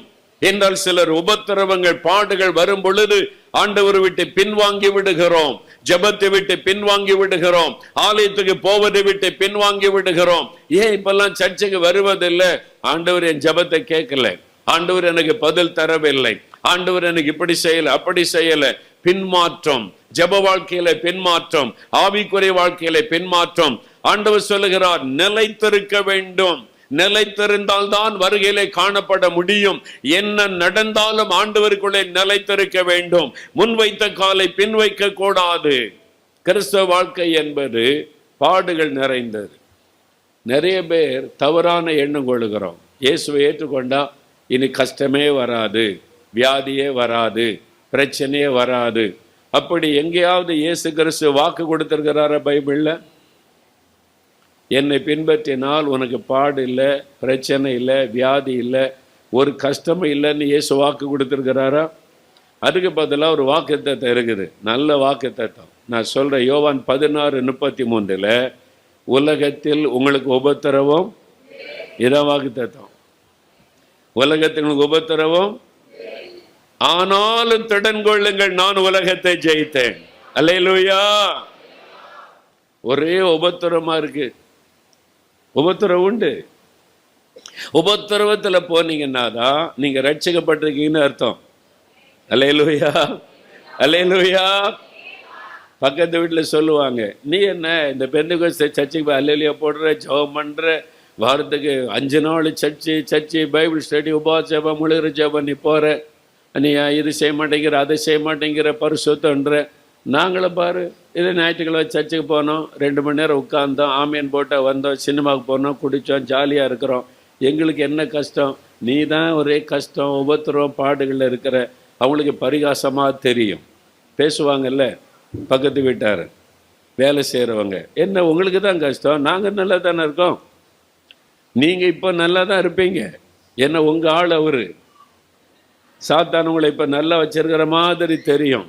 ஒரு நாள் ஒரு எக்காலம் துணிக்கும் போது அவன் உங்களை இந்த உலகத்திலே வச்சுக்கிடுவான். நீங்கள் இரு, நரகத்துக்கு நம்ம சேர்ந்து போகணும், அதனால இங்கே இருன்னு சொல்லி. உபத்திரவத்தில் போகிறவங்க, உபத்திரவத்தில் தேவன் நம்மை பரிசுத்தப்படுத்தி அவருடைய வருகையில எடுத்துக்கொள்ளுவார். அல்லேலூயா. நமக்கு உபத்திரவம் இருந்தாலும் கர்த்தருக்குள்ளே மகிழ்ச்சியாய் இருப்போம். நமக்குள்ளே உபத்திரவம் இருந்தாலும் ஆண்டவர் நமக்கு துணை நிற்பார். அந்த உபத்திரவம் நம்மை பாதிக்காது, அந்த உபத்திரவம் நம்மை அழித்து விடாது, அந்த உபத்திரவம் நிலைத்திருக்காது, அது சீக்கிரமாய் விலகி போய்விடும். ஆனா அவங்களுக்கு ஒரு உபத்திரம் வந்ததுன்னா முடிஞ்சிரு வாழ்க்கை, அவ்வளவுதான், செத்து போயிடலாம்பாங்க. அப்புறம் அதே வாழ்க்கை. நமக்கு அப்படி இல்லை. உபத்திரம் உண்டு, பாடுகள் உண்டு, நிந்தைகள் உண்டு. அதுதான் ஆண்டவர் நம்மை நடத்துகிற பாதை. அப்போஸ்தலர் நடபடிகள் 14:22 வாசித்து பாருங்கள். அநேக உபத்திரவங்களின் வழியாய் தேவனுடைய ராஜ்யத்திற்கு செல்ல வேண்டும் என்று பவுல் விசுவாசிகளுக்கு ஆலோசனை கொடுக்கிறார்.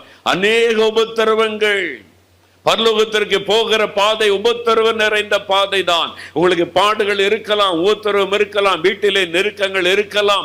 இத்தனை பாடுகள் நெருக்கங்களுக்கு மத்தியில தான் ஆராதனைக்கு வருகிறீர்கள். அந்த உபத்திரவத்திற்காக தேவனை துதியுங்கள். அந்த உபத்திரவத்திற்காக மகிழ்ச்சியோடு ஆண்டவருக்கு நன்றி சொல்லுங்கள். உபத்திரவத்தின் பாதையிலே நடப்பது நல்லது. அதுதான் தேவன் நடத்துகிற பாதை. உபத்திரவப்படுகிறவர்கள் பாக்கியவான்கள், அவங்க தான் ஆறுதல் அடைய முடியும். அதனால உபத்திரமா இருக்குதே அப்படின்னா சோர்ந்து போகாதங்க, நிலைச்சர்கள். இயேசுவை நான் விட மாட்டேன். எத்தனை உபத்திரம் வந்தால் அவர் எனக்கு நல்லவர், அவர் எனக்கு நல்லவர், அவரை நான் குறை சொல்ல மாட்டேன், முறுமுறுக்க மாட்டேன் என்று ஆண்டவரை துதிக்கணும். இந்த வாலிபர்கள், வாலி பிள்ளைங்க பக்தியை +2 எக்ஸாம் முடிஞ்ச உடனே பார்த்துடலாம்.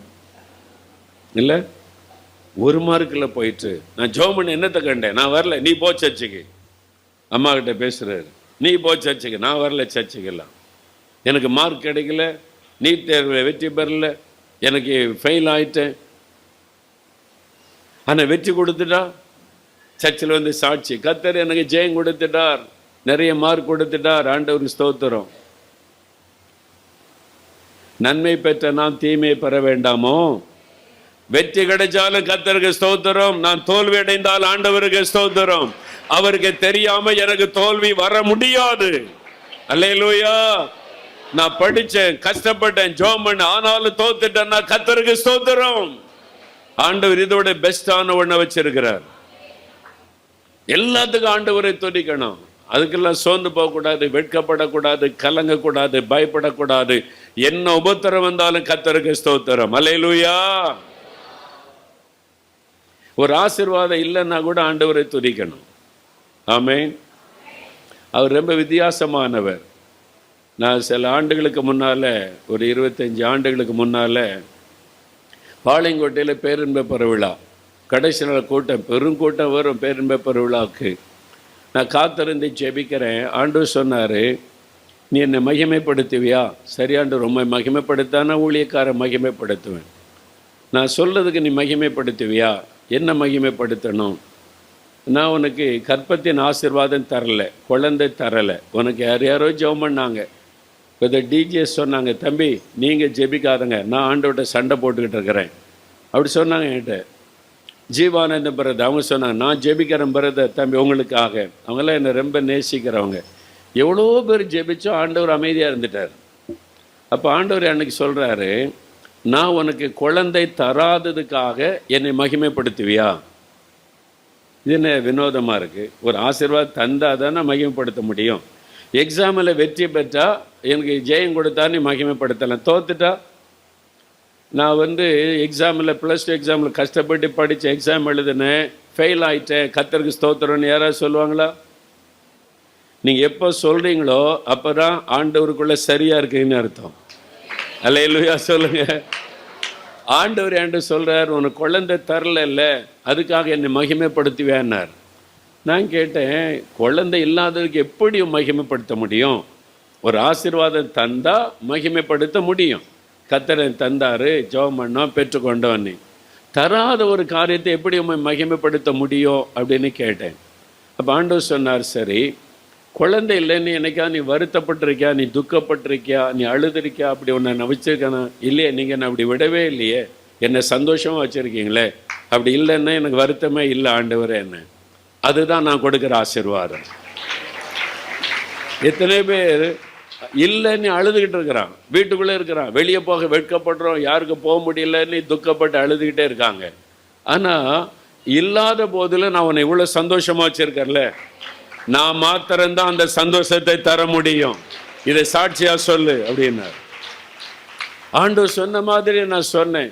இல்லைன்றதுக்காக ஒரு நாள் நான் துக்கப்பட்டதில்லை, அழுததில்லை, வெட்கப்பட்டு போனதில்லை. நான் என்ன செய்யறதுன்னு ஆண்டவரை கேள்வி கேட்டதில்லை. ஆண்டவர் என்னை ரொம்ப சந்தோஷமா வச்சிருக்கிறார். இந்த சந்தோஷம் இயேசு மாத்திரம்தான் தர முடியும். இல்லைன்னா கூட சந்தோஷமா இருக்க முடியும். அல்லேலூயா.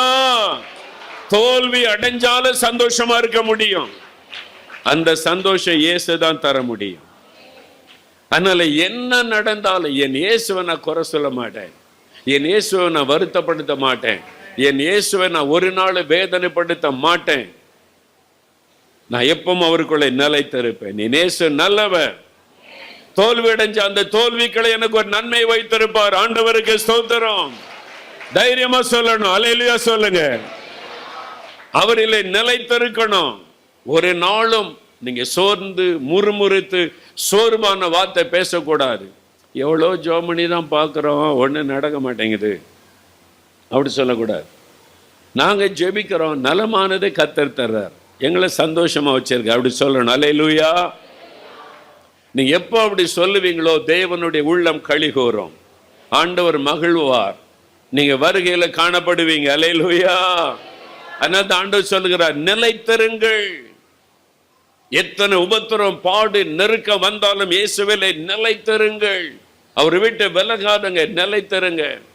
என்னைக்குமே இந்த பாடுகளை ஆண்டவர் வச்சிட மாட்டார். நிறைய பேர் குடும்பத்தில் கணவர்மார் ரட்சிக்கப்படலை, சர்ச்சுக்கு வரலை, சர்ச்சுக்கு போயிட்டு வந்தால் திட்டுறாங்க. அப்படிலாம் இருக்கிறீங்கல்ல, சீக்கிரம் அவங்க ரட்சிக்கப்பட்டுருவாங்க. அல்லேலூயா. என்றைக்குமே உபத்திரம் இல்லை. திருவண்ணாமலையில் ஒரு குடும்பத்தார், கணவன் மனைவி குடும்பமாகி இந்துக்களாக இருந்து அந்த மனைவி ரட்சிக்கப்பட்டாங்க. மனைவி ரட்சிக்கப்பட்டு ஆண்டோடைய பிள்ளை ஆயிட்டாங்களா, சர்ச்சுக்கு போவாங்க. கணவருக்கு அது பிடிக்கலை. அவர் இந்து மார்க்கத்தில் ரொம்ப வைராக்கியம் உள்ளவர். குடி வேற, குடிச்சிட்டு வந்து அவங்க ஜெபம் பண்ணால் ஜெபிச்சுக்கிட்டே இருப்பாங்களா, காலை வச்சு ஓங்கி மிதிப்பாராம். எப்படி இருக்கும், அடி ஜெபமா பண்ணுற நீ அப்படின்னு சொல்லி அடிக்கிற. சர்ச்சுக்கு போயிட்டு வந்தால் அடி தான், ரொம்ப உபத்திரவம். ஆனால் அந்த சகோதரி, நான் போயிட்டு வந்துடுறேன், அப்புறம் என்ன அடிங்க, சர்ச்சுக்கு மட்டும் போகாமல் இருக்க மாட்டேன் அப்படின்னு சர்ச்சுக்கு கட்டாயம் வந்துடுவாங்க. போனாட்டான் அடின்னு தெரியும், அதுக்கு தன்னை ஆயத்தப்படுத்தி கொள்வாங்க. அடிக்கிறாருன்னு சர்ச்சுக்கு போகாமல் இருக்கிறதில்ல, நான் போயிட்டு வந்து அடி வாங்கிக்கிறேன் அடிங்கன்னு சொல்லி. ஒரு நாள் நல்லா குடிச்சிட்டு வந்து அவங்க வந்து ஓங்கி காலில் மிதிச்சிட்டார். மிதிச்சா அவங்க டக்குன்னு ஆவியில் நிரம்பி அந்நிய பாஷை பேசுகிறாங்க. அந்நிய பாஷை பேசுனா இவர் அடுத்த காலை ஓங்கினார்ல, இவங்க கீழே விழுந்துட்டாங்க. அந்நிய பாஷை பேசுகிறாங்க, பயந்து நடுங்கி மிதிக்காமல் நின்றுட்டார். காலை எடுத்துட்டு பயந்து முகமெல்லாம் வேற்று நடுங்கி போய் அப்படியே பயந்து கையை கட்டிட்டு நிற்கிறார். என்னடா கணவர் திடீர்னு இப்படி மாறிட்டாரு அப்படின்னு சொல்லி பயந்து நடுங்கி உட்கார்ந்துட்டார். உட்கார்ந்துட்டு கையை கூப்பிட்றாரு மனைவியை பார்த்து. கையை கூப்பி, என்னடா நம்மளை கும்பிட்றாரு, அடிக்கிறாள் அப்படின்னு பார்த்தா, என்னங்க அப்படின்னு கேட்டா, நீ என்னதான் பேசின, அது என்னது என்னது, அது அந்நிய பாஷை. அந்நிய பாஷை இல்லை, இவர் வந்து தெலுங்கு, இவருக்கு தெலுங்கு தெரியும், அந்த அம்மாவுக்கு தெலுங்கு தெரியாது.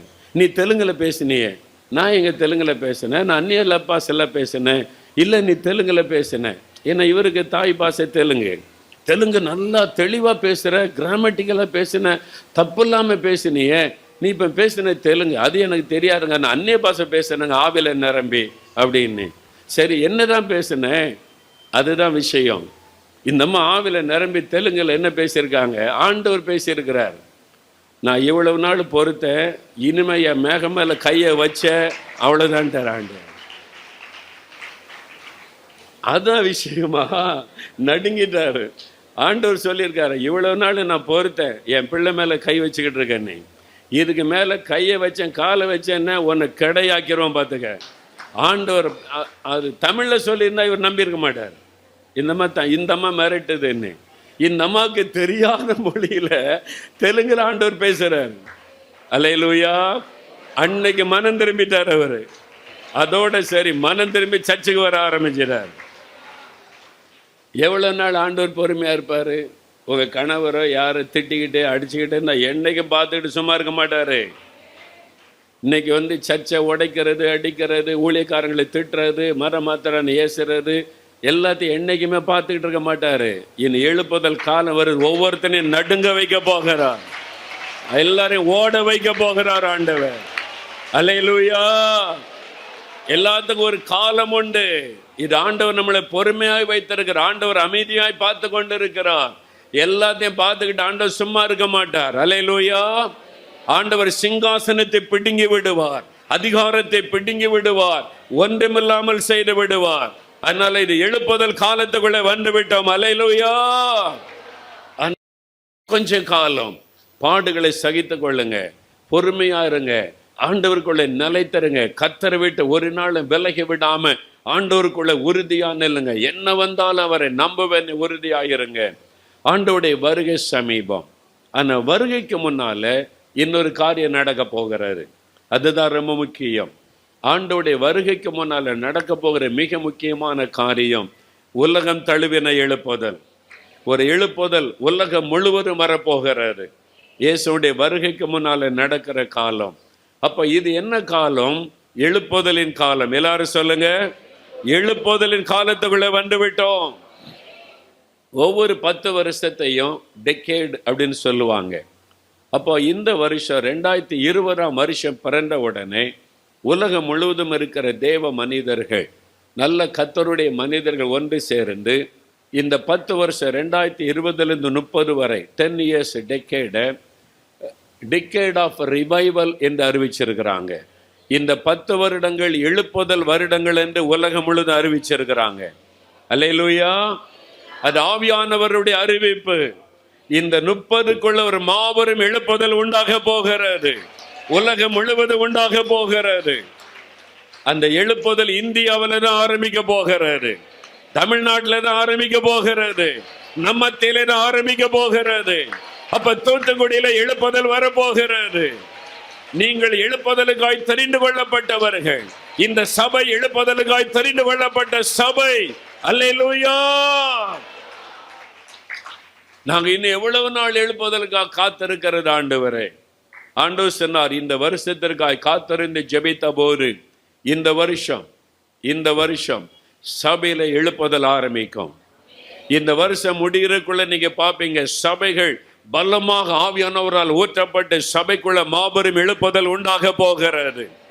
சபையில தேவனுடைய வல்லமை வெளிப்பட போகிறது. சபையில அற்புத அடையாளங்கள் நடக்க போகிறது. ஆராதனையில சப்பானிகள் நடப்பார்கள். ஆராதனையில குருடர் பார்வை அடைவார்கள். ஆராதனையில தேவனுடைய மகிமை வெளிப்படும். இந்த வருஷம் முடிவதற்குள்ளாக இந்த எழுப்புதலை நம்ம காண போகிறோம். அல்லேலூயா. அப்படியானால் நீங்கள் எழுப்புதலுக்காய் தெரிந்து கொள்ளப்பட்டவர்கள். அதை மறந்துடக்கூடாது. நம்ம வாழ்கிற காலம் கடைசி காலம், எழுப்புதலின் காலம். அப்ப எழுப்புதலுக்காய் தெரிந்து கொள்ளப்பட்ட சபை இந்த சபை. எழுப்புதலுக்காய் தெரிந்து கொள்ளப்பட்டவர்கள் நீங்கள். அதனாலதான் இந்த சபையில கர்த்தர் வைத்திருக்கிறார். எழுப்புதல் சபையிலிருந்து தான் ஆரம்பிக்கும். சபையில் ஆவியானவர் ஊற்றப்பட்டு சபை முதலாவது எழும்பி பிரகாசிக்கும். அங்கிருந்து வல்லமை புறஜாதி மக்களுக்குள்ளே தேசமெங்கு பரவி செல்லும். அது இந்த வருஷம் ஆரம்பிப்பதை நீங்கள் காண போகிறீங்க. அல்லேலூயா. அந்த காலம் நெருங்கி வந்து விட்டது. அதனால நம்ம இவ்வளவு நாட்கள் ஜெபித்த ஜெபத்தினுடைய பலனை நம்ம பார்க்க போகிறோம். என்னுடைய உள்ளம் அதற்காக ஏக்கத்தோடு காத்திருக்கிறது. தேவன் அதை செய்ய போகிறார். அல்லேலூயா. அதனால எழுப்புதல் காலத்துக்குள்ளே வந்து விட்டோம். இந்த எழுப்புதல 2 முக்கியமான காரியம் நீங்கள் செய்ய வேண்டும். உங்களிடத்தில் தேவன் எதிர்பார்க்கிற காரியம். முதலாவது காரியம், பரிசுத்த லூக்கா எழுதின சுவிசேஷம் 21ஆம் அதிகாரம். லூக்கா 21ஆம் அதிகாரம் எடுத்துக்கொள்ளுங்க. 36வது வசனம். இனி சம்பவிக்க போகிற இவைகளுக்கெல்லாம் நீங்கள் தப்பி. கடைசி கால ஆபத்துகளை குறித்து ஆண்டவர் இந்த அதிகாரம் முழுதும் பேசுகிறார். மகா பூமி அதிர்ச்சிகள் உண்டாகும், கொள்ள நோய்கள் உண்டாகும், யுத்தங்களின் செய்தியை கேள்விப்படுவீங்க. ஜனத்துக்கு விரோதமாய் ஜனம் எழும்பும். வானத்தில் இந்த பெரிய அடையாளங்கள் எல்லாம் தோன்றும். கடல் அலைகள் சீறி எழும்பி அதனாலே பாதிப்புகள் வரும். இது கடைசி கால ஆபத்துகள். இன்றைக்கு அது தீவிரமாய் நடக்க ஆரம்பித்து விட்டது. இந்த ஆபத்து வரும்போது நீங்கள் பாதுகாக்கப்படுவீங்க.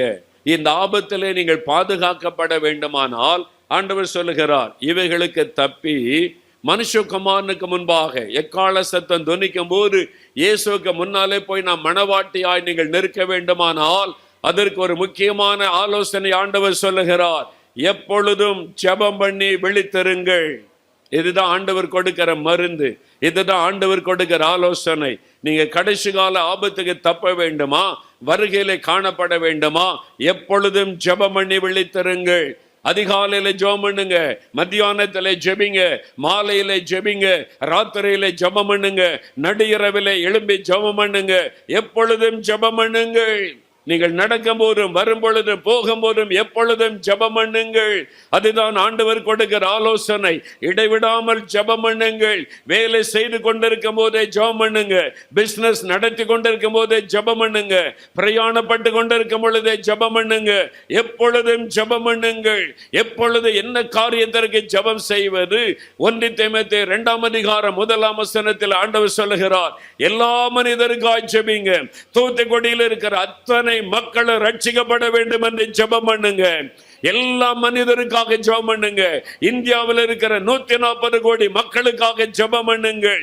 எல்லாரும் ரட்சிக்கப்படவும் சத்தியத்தை அறிகிற அறிவை அடையவும் தேவன் சித்தமுள்ளவராயிருக்கிறார்.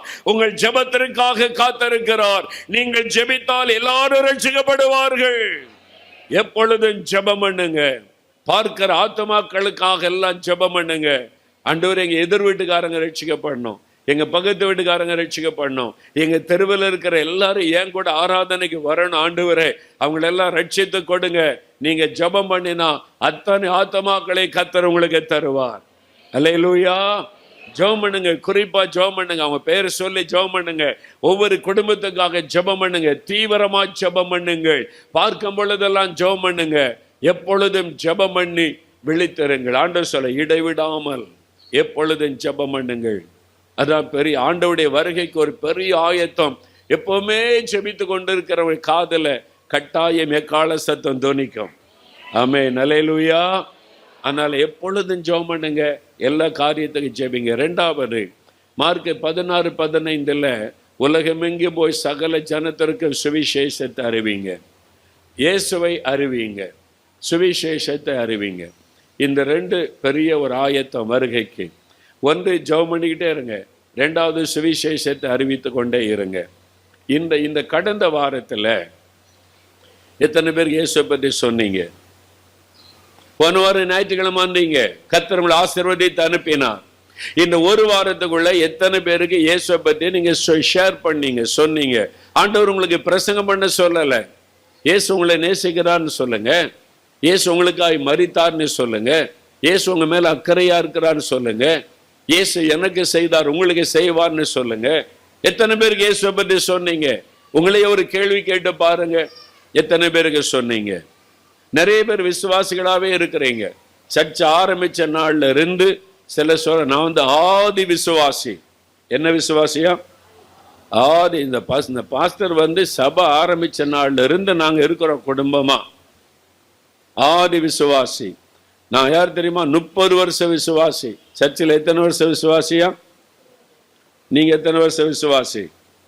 அதை பெருமையா சொல்லுவீங்கல்ல. நான் தெரியுமா, நான் எத்தனை வருஷம் விசுவாசி தெரியுமா? இந்த சர்ச்சில் 30 வருஷமா விசுவாசியாவே இருக்கீங்கன்னா சம்திங் ராங், ஏதோ தப்புன்னு அர்த்தம்.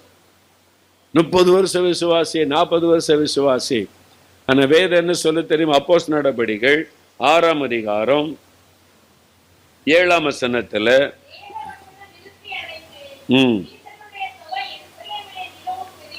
யாருடைய தொகை பெருகிட்டான்?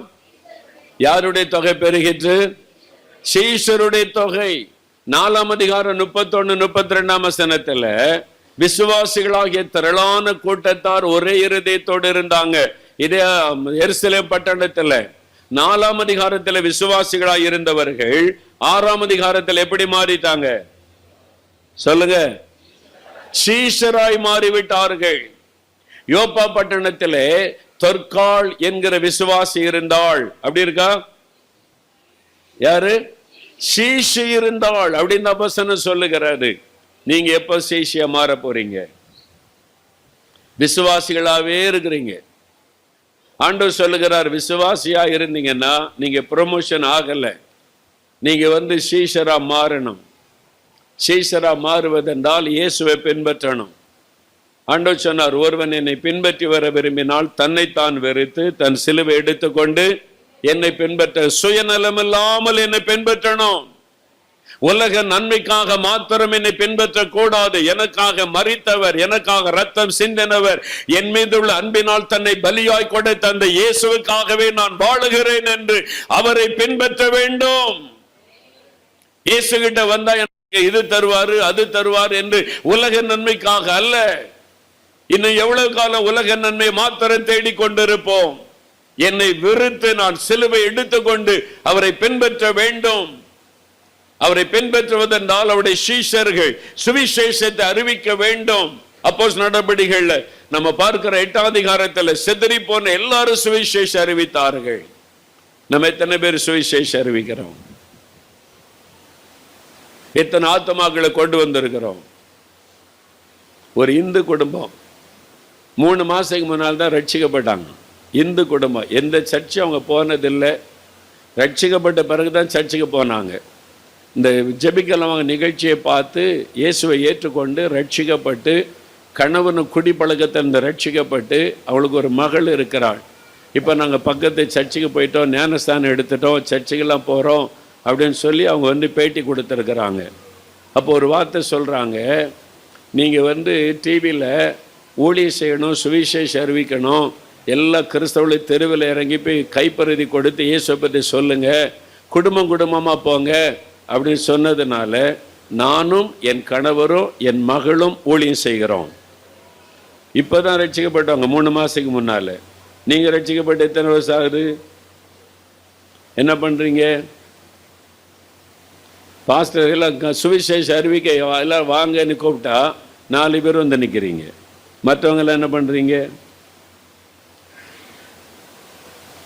பரலோகத்தில் போய் ஆண்டவருக்கு முன்னால் எப்படி நிற்க முடியும்? இல்லை, ஆண்டவர் கேட்பார்ல, எனக்கு என்ன கொண்டு வந்த மகளே, உன்னை ரட்சியத்தை, அபிஷேகத்தை, ஆசீர்வாதத்தை, என் மகனை என்ன கொண்டு வந்த அப்படின்னு கேட்டால், ரொம்ப பிஸி ஆண்டவரே உலகத்தில், அதனால் எனக்கு ஒன்றும் செய்ய முடியல, தசமாக கொடுத்தேன்ல, சர்ச்சுக்கு ஒழுங்காக வந்தேன்ல, அது உனக்காக. தசமாக கொடுக்கறது உங்களுடைய ஆசீர்வாதத்துக்காக, உன்னுடைய நன்மைக்காக தான் தசமாக கொடுத்த. காணிக்கை கொடுத்தது ஒன்று ஆசீர்வாதத்துக்காக. எனக்கு என்ன செய்த? உனக்காக உயிரை கொடுத்தேன்னு என்ன செய்த? யாருக்காவது என்னை பற்றி சொன்னியா? ஆண்டவர் கேட்பார்ல. அப்போ ஊழியத்துக்கு சுவிசேஷ அறிவிக்க போகிறோமா? எத்தனை ஆத்தமாக இருக்குது அந்த சுற்று வட்டாரத்தில். இவங்கெல்லாம் ஏன் என்ன சர்ச்சுக்கு வரலன்னா சொல்லலை, நீங்கள் சொல்லலை. நீங்கள் போய் வீடு வீடாக சொல்லுங்கள், அவங்களுக்காக ஜெபம் பண்ணுங்க, சபை நிரம்பிடும். அடுத்த வாரம் வரும்போது இன்னொரு புது ஆத்மாவை கூட்டிகிட்டு வந்தால் தான் வரணும் சர்ச்சுக்குள்ளே. நம்ம ஒன்றுமே செய்யாமல் உட்காந்துட்டு பரலோகத்தில் இயேசு வரப்போகிறார், நான் தான் போகிறேன்னு சொன்னால் எப்படி? இந்த சுற்று வட்டாரத்தில் எவ்வளோ மக்கள் இருக்காங்க? இல்லை, உங்கள் தெருவில் எவ்வளோ மக்கள் இருக்கிறாங்களா இல்லையா?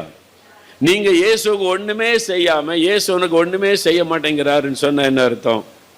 நீங்கள் முதல்ல இனிமேல் இயேசு எனக்கு என்ன செய்தான்னு கேள்வி கேட்கக்கூடாது, நான் இயேசுக்காக என்ன செய்தேன் அதுதான் கேள்வி. அதான் சீஷர்கள். அல்லேலூயா, அல்லேலூயா சொல்லுங்க. இயேசுக்காக என்ன செய்றீங்க?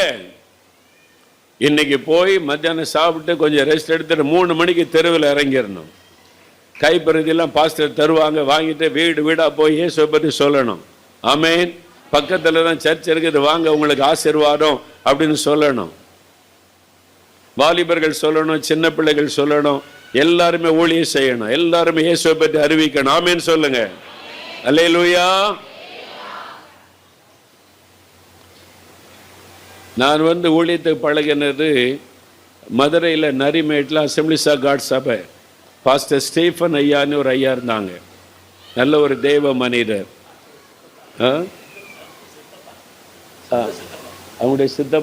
உங்களுடைய சித்தப்பாவா பாஸ்டர் ஐயா, பாஸ்டர் ஸ்டீஃபன் ஐயா, அவங்ககிட்ட தான் நான் ஞானஸ்தானம் எடுத்தேன் மதுரையில்.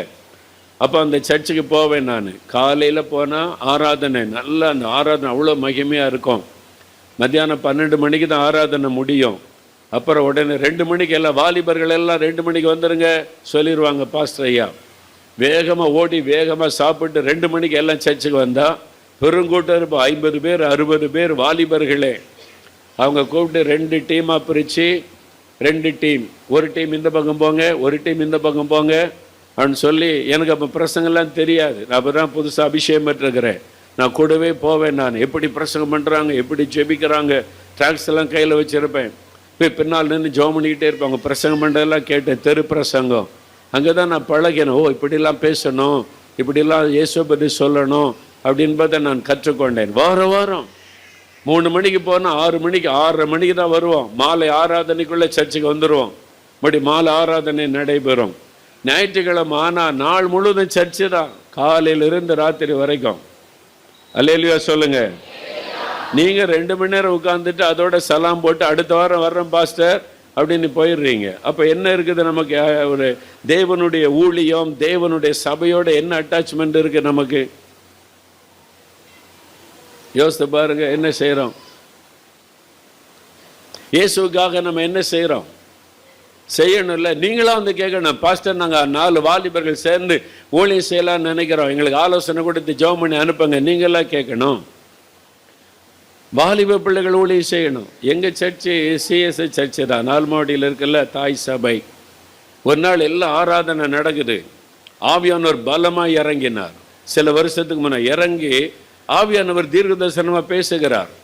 ஆண்டவர் பேசுகிறார், நான் உங்களை ஆசீர்வதிச்சிருக்கிறேன், என் சுவிசேஷத்தை அறிவிங்க, என் சுவிசேஷத்தை சொல்லுங்க, மக்களுக்கு போய் சுவிசேஷத்தை அறிவிங்க, நான் எதிர்பார்க்கிறேன், நீங்கள் செய்யலையே. தீர்க்க தரிசனம் ஒருத்தர் சொல்கிறாங்க சபையில், தீர்க்க தரிசனம். உடனே கீழ்ப்படிஞ்சு கர்த்தர் சொல்கிறாரு, யார் யாரெல்லாம் சுவிசேஷம் அறிவிக்க வர்றீங்க, மாதத்தில் ஒரு நாள் அறிவிக்க வந்தால் போதும், பேர் கொடுங்க அப்படின்னு அழைப்பு கொடுத்தா கிட்டத்தட்ட ஒரு 150-200 பேர் கொடுத்துட்டாங்க வர்றோன்னு சொல்லி. ஆண்கள், பெண்கள், வாலிபர்கள், வாலிப்பிள்ளைகள் 4 டீமாக பிரிச்சிட்டோம். முதல் வாரம் ஆண்கள் எல்லாம் போய் கிராம ஊழியம் செய்யணும். 2வது வாரம் பெண்கள் எல்லாம் போய் ஊழியம் செய்யணும். 3வது வாரம் வாலிப பையங்க அவங்க டீமாக போய் கிராம ஊழியம் செய்யணும். 4வது வாரம் வாலிப பெண் பிள்ளைகள், எல்லாம் வாலிப்பிள்ளைகள் 15-20 வாலிப்பிள்ளைகள் சாயங்காலம் 3 மணிக்கு சர்ச்சில் கூடுவாங்க. 2:30 மணிக்கு வந்து நல்லா ஜெபிச்சுட்டு 3 மணிக்கு தெருவில் இறங்கிடுவாங்க. என் மகள் போவா ஊழியத்துக்கு. எனக்கே தெரியாது. ஒரு நாள் மத்தியானத்துக்கு மேலே கிளம்புனேன், எங்கே போகிறோமான்னு கேட்டேன். நாங்கள் கிராம ஊழியத்துக்கு போகிறோம். நான் சொல்லவே இல்லை, எங்கள் சபையில் இந்த வாலி பிள்ளைகள்லாம் போகிறோம். சரி போ அப்படின்னு. என்ன ஊழியம் செய்துட்டு வந்தேன், இந்த கிராமத்தில் தெருவில் போன பிள்ளைகளுக்கெல்லாம் நான் உட்கார வச்சு இயேசுவை பற்றி சொல்லி பாட்டு பாடி இயேசுவை பற்றி சொல்லிட்டு வந்தோம். வீடு வீடாக போய் சுவிசேஷம் அறிவிச்சிட்டு வந்தோம்.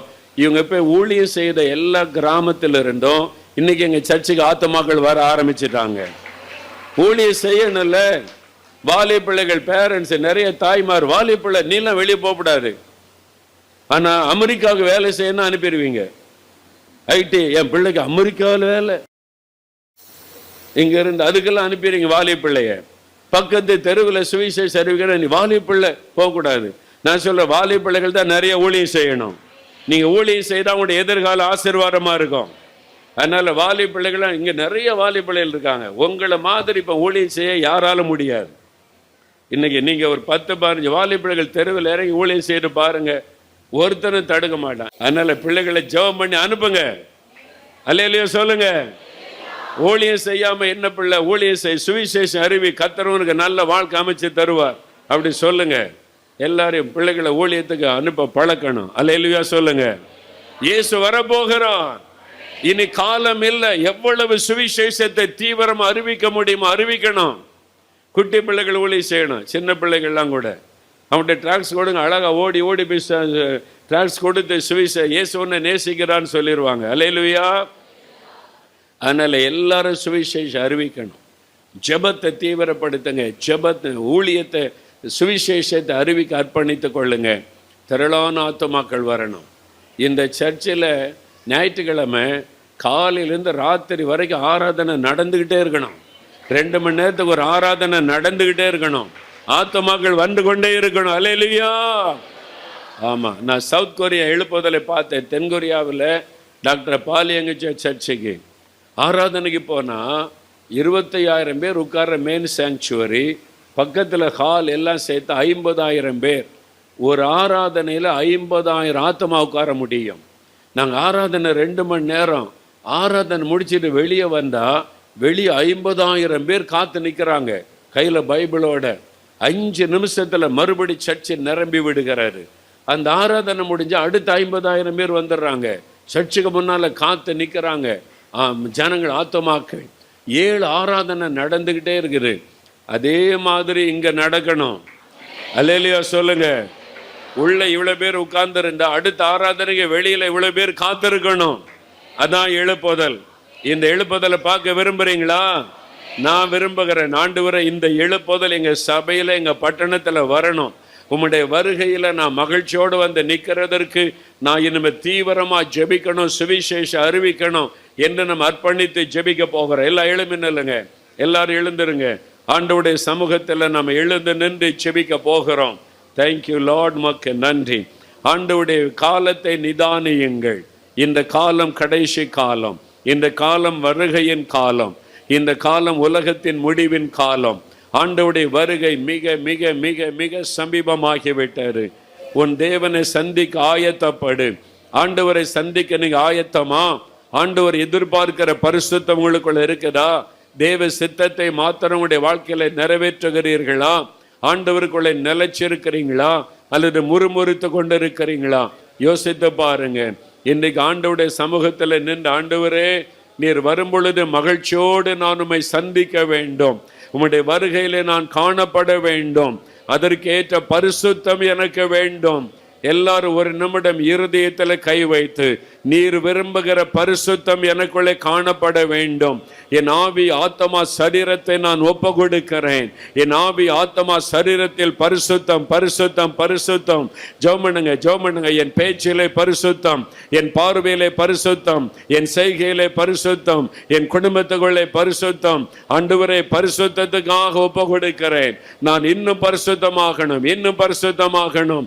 ஜெபம்னுங்க ஜெபம்னுங்க. கருத்தா ஜெபம்னுங்க. ஆவியானவர் சிலரோடு இடைப்பட்டு கொண்டிருக்கிறார், சிலரோடு ஆண்டவர் பேசிக் கொண்டிருக்கிறார். என் மகனே, நான் உன்னோடு பேசிக் கொண்டிருக்கவில்லையா? இன்னும் எவ்வளவு நாள் பாவத்திலே நிலைத்திருக்க போகிறாய்? இன்னும் எவ்வளவு நாள் ஒளிந்து ஒளிந்து நீ பாவத்திலே வாழ்ந்து கொண்டிருக்க போகிறாய்? நான் உன்னை கவனித்து கொண்டிருக்கிற தேவன் அல்லவா? உன் வழிகளை எனக்கு ஒப்புக்கொடு, நானே உன்னை பரிசுத்தமாக்குகிற தேவன் என்று கர்த்தர் உனக்கு சொல்லுகிறான். என் வாலிப மகளே, நான் உன்னை ரட்சித்திருக்க, நான் உன்னை அபிஷேகம் பண்ணி இருக்க, நீ இந்த உலகத்தின் மீது நாட்டம் கொண்டு உலக காரியத்தில் நீ கவனம் செலுத்துகிறது என்ன? கண்கள் இச்சித்தபடி, மாமிசம் இச்சித்தபடி நீ அது காரியங்களை பெற்றுக்கொள்ள விரும்புகிறது என்ன? நான் உன்னை எச்சரித்தும் நீ இன்னும் மனம் திரும்பாமல் இருக்கிறாய். நான் உன்னை கடிந்து கொண்டும் இன்னும் நீ உலக காரியத்தின் மீதும் உலக சிநேகத்தின் மேலுமே நோட்டமிட்டு நாட்டமுள்ள மகளாயிருக்கிறாய். நான் மறுபடியும் உன்னோடு பேசுகிறேன்.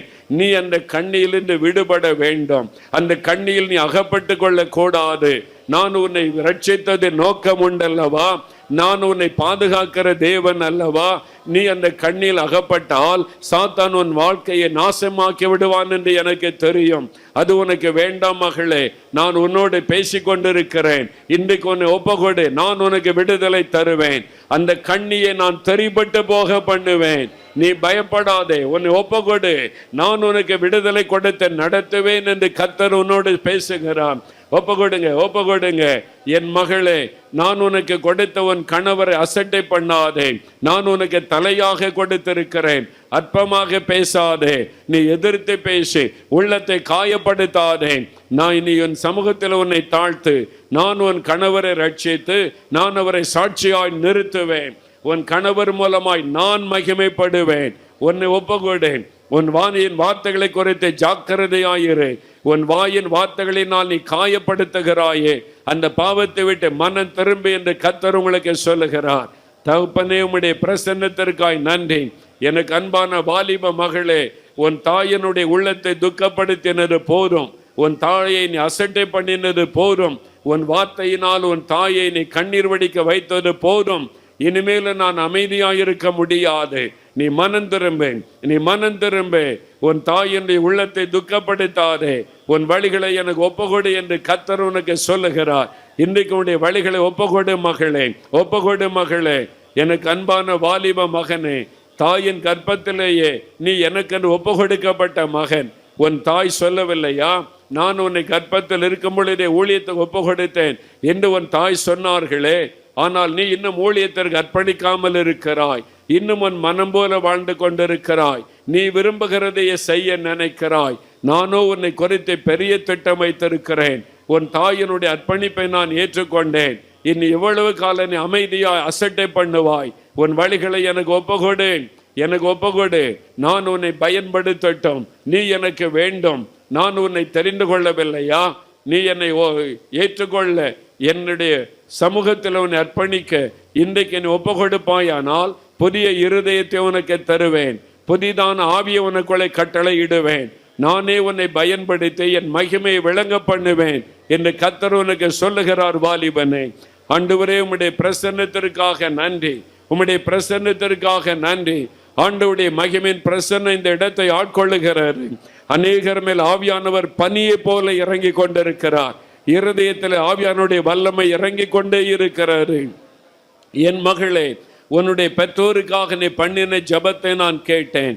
உன் பெற்றோர் விக்கிரகங்கள் மீது நம்பிக்கை வைத்து, மந்திரவாதத்தின் மீது நம்பிக்கை வைத்து உன்னுடைய குடும்பத்தில் சாபத்தை தேடிக்கொண்டு இருப்பதை நீ அறிந்து நீ கண்ணீரோடு என்னிடத்தில் வேண்டுதல் செய்கிறாய்.